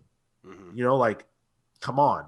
And if you read that in a trade or whatever, that's still an issue that feels wasted. So I don't want to go back to that. I want the reveals to keep up. I want the real, like, thoughtful, language to keep being conveyed. And that torture sequence is the first time this entire series that I felt anything for Adam. That was powerful. Yeah. For me. No, I think you're probably right though. Yeah. Just to I think you said like the last fruit would be Aaliyah. I think there's 2 that are sort of left on the tree, which is, okay. I don't think the war came out the way that we're thinking it did. That's fair. Yeah, totally. I've seen a bunch of comments that are saying that like that maybe the pickets are looking to do like a mass suicide by Hero. Like they want him to kill them. Weirdly, I got that same vibe from this issue. Interesting. There was something in the language that gave me that. Yeah, where he says, it's like one of the last pages, right? He says, I'm going to kill you, every one of you, all of you, I'll kill all of you, whatever. And then he goes, well, yeah, man, that's like the plan. Pretty clear language then. So Right. it is in the language. Yeah. There's some language there that does seem to point to that theory being true. Right in the text. You know, so it's textual. All right. There's subtext here. Quickly, the quote, Al Williamson, funnily enough, is not the creator, but he was a prolific artist on Flash Gordon. Okay. Oh, that's cool. So, yeah. Speaking of the art, beautiful as always. Whew. This book's an absolute treat. Yeah. We're very lucky to be able to see not just one of these artists, but both of them on the same series. Oh, That's yeah. pretty Also, amazing. you guys were... Oh, yeah, go ahead, Marco. Show that page. It's beautiful. It's a good one. Marco, did I tell you I have that that Bruce Wayne Swamp Thing splash, very similar to that one? I have that as a desktop background. Oh, where really? they're just sitting across from each other. That's cool. Damn, that's I was just say like that one, and then this one. If he wasn't digital, I'd buy this. Like, Yeah. this is fucking cool. Yeah, for sure. Like a print or something. Yeah, similar to how you guys were talking about the art in the last Batcat being like woof, like, man, I just have like Alana is my new comic book crush, you know. Hell yeah. Feel you. You know, Oh, I love a feisty brunette. And for audio listeners, I was referencing page 18. That one splash, like 2-page spread. Really, really cool. Yeah, I mean, you know, we've gushed about the art over 6 issues, now 7. This is a very beautiful book, and you know, I am not. I didn't examine this issue visually the way that Marco tends to. So maybe there's even more to be mined from this book or from this particular issue that I didn't even get. But needless to say, it is very, very tremendous work that these artists are doing.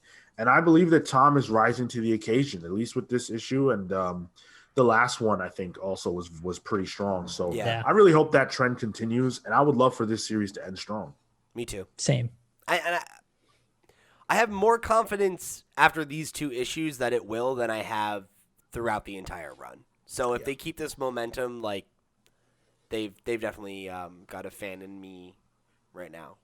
Oh, and we're still missing Mr. Terrific. Like, that's the other shoe that has to drop. Yeah, like he His said in analysis, 6 that yeah. he's still looking into everything, and you know, so yeah, we still have a few stones left unturned. All right. Well, we will, of course, be back to turn those stones with you all and let you know what we think about what's underneath them. So stick around. Join us next month when we review Strange Adventures and all the other books that we'd like to discuss, or anything else we talk about on this show. Fair enough. Fair enough. If there's a book you want us to review, hit us up and let us know what that might be. And if you're interested in adding to the dialogue about any of the books that we did review this week, be sure to write in and let us know what your thoughts are. You can do so by hitting us up at thecomicspals@gmail.com. Of course, if you want us on social media, we are the Comics Pals there as well. All podcast hosting platforms. Generally speaking, you can leave us a comment there as well if you'd like. And while you're there, make sure you leave us a comment, or rather, you leave us a review of some kind, whatever the review form is there. Drop that for us. It's really appreciated, and that helps us out a ton. If you're watching this on YouTube, we thank you very much for that. Please make sure that you hit the subscribe button and the notification bell so that you're made aware of when we drop new content. Hit the like button, of course, and share this video with your friends so that they're aware that we're out here and that you like what we do. All of the things I mentioned are free to do, and they help us out a lot more than they cost you. We've got a ton of book clubs out at this point. And we've ended the year really strong with those. I encourage you to go check out our slate of book clubs. Some people on our Discord are going back and finding that we've done some that they didn't realize we had done. And so I think you might have that same experience if you give us a shot on that. And check out the one for December, our last for the year, which is Hicksville. If you still have time, if you want to pick it up, I'm not even sure if there are any more copies left on Amazon, but we might have got the last couple, right? So go check that out if you want to, and join us at the end of the month when we do our Hicksville Book Club. With that, let's get into the plugs. Pete. Thank you guys for joining us here on another episode of the Comics Pals. If you want to connect with me, I'm @loud_Pete on Twitter and Instagram. If you want to get some more content from me, you can head over to lootpots.com and check out the Potscast, which is the weekly Nintendo / video game podcast that I do over there. And then I've been streaming on Thursday nights over on their Twitch channel as well. So if you want to get some more time with me, that's an easy way to do it. Gail. This week, as I said, I finished Neon Genesis Evangelion, and boy, do I have some opinions. In the pants. That I have some opinions in the pants, and that's why my wife likes me. You can find me at Toto and Toe. That's TOTOINTOW. You can find my work at killward.com, CALEWARD.com. Marco. You can find me at Mr. Marco Enomoto on Instagram and Twitter. come talk to me about Adam Strange. Sean mentioned, if you want to continue the conversation, I know Sultan of Swing has been particularly high in this book, and he typically adds to our analysis, and that's always a great thing. Don't read Justice League Endless Winter. It's not good. Damn. Yeah, I meant to bring that up. The anti-recommendation. Don't bother. Not good. And you can find Phil at Cyborg Bebop. CYBORGBEBOP. And then lastly, I put out a whole list of like recommended Constantine places to start if you're a Constantine fan and want to like dig into the character. That's on the Discord. We had a great conversation on that, so come join. Man, that'd be great content for a video. Like a video. Like maybe you should do it there. There you go. Stay tuned for a video, I guess. The pressure's on. Give me a script, bitch. As for me, you can follow me on Twitter and Instagram only at Sean Soapbox. I'm still playing Spider-Man, Marvel's Spider-Man. I'm not on Miles yet. I got a PS5, as I said, so I'm really diving deep into that, but also trying to get through my massive backlog of comics. I just caught up with Donny Cates' store. It's good shit. With that, we're the Comics Pals signing off. Take care, guys. See you next week. Bye. Wait a minute. Wait just one goddamn minute. I think these assholes are a bunch of zombies. Oh no, Phil fell back in the pit.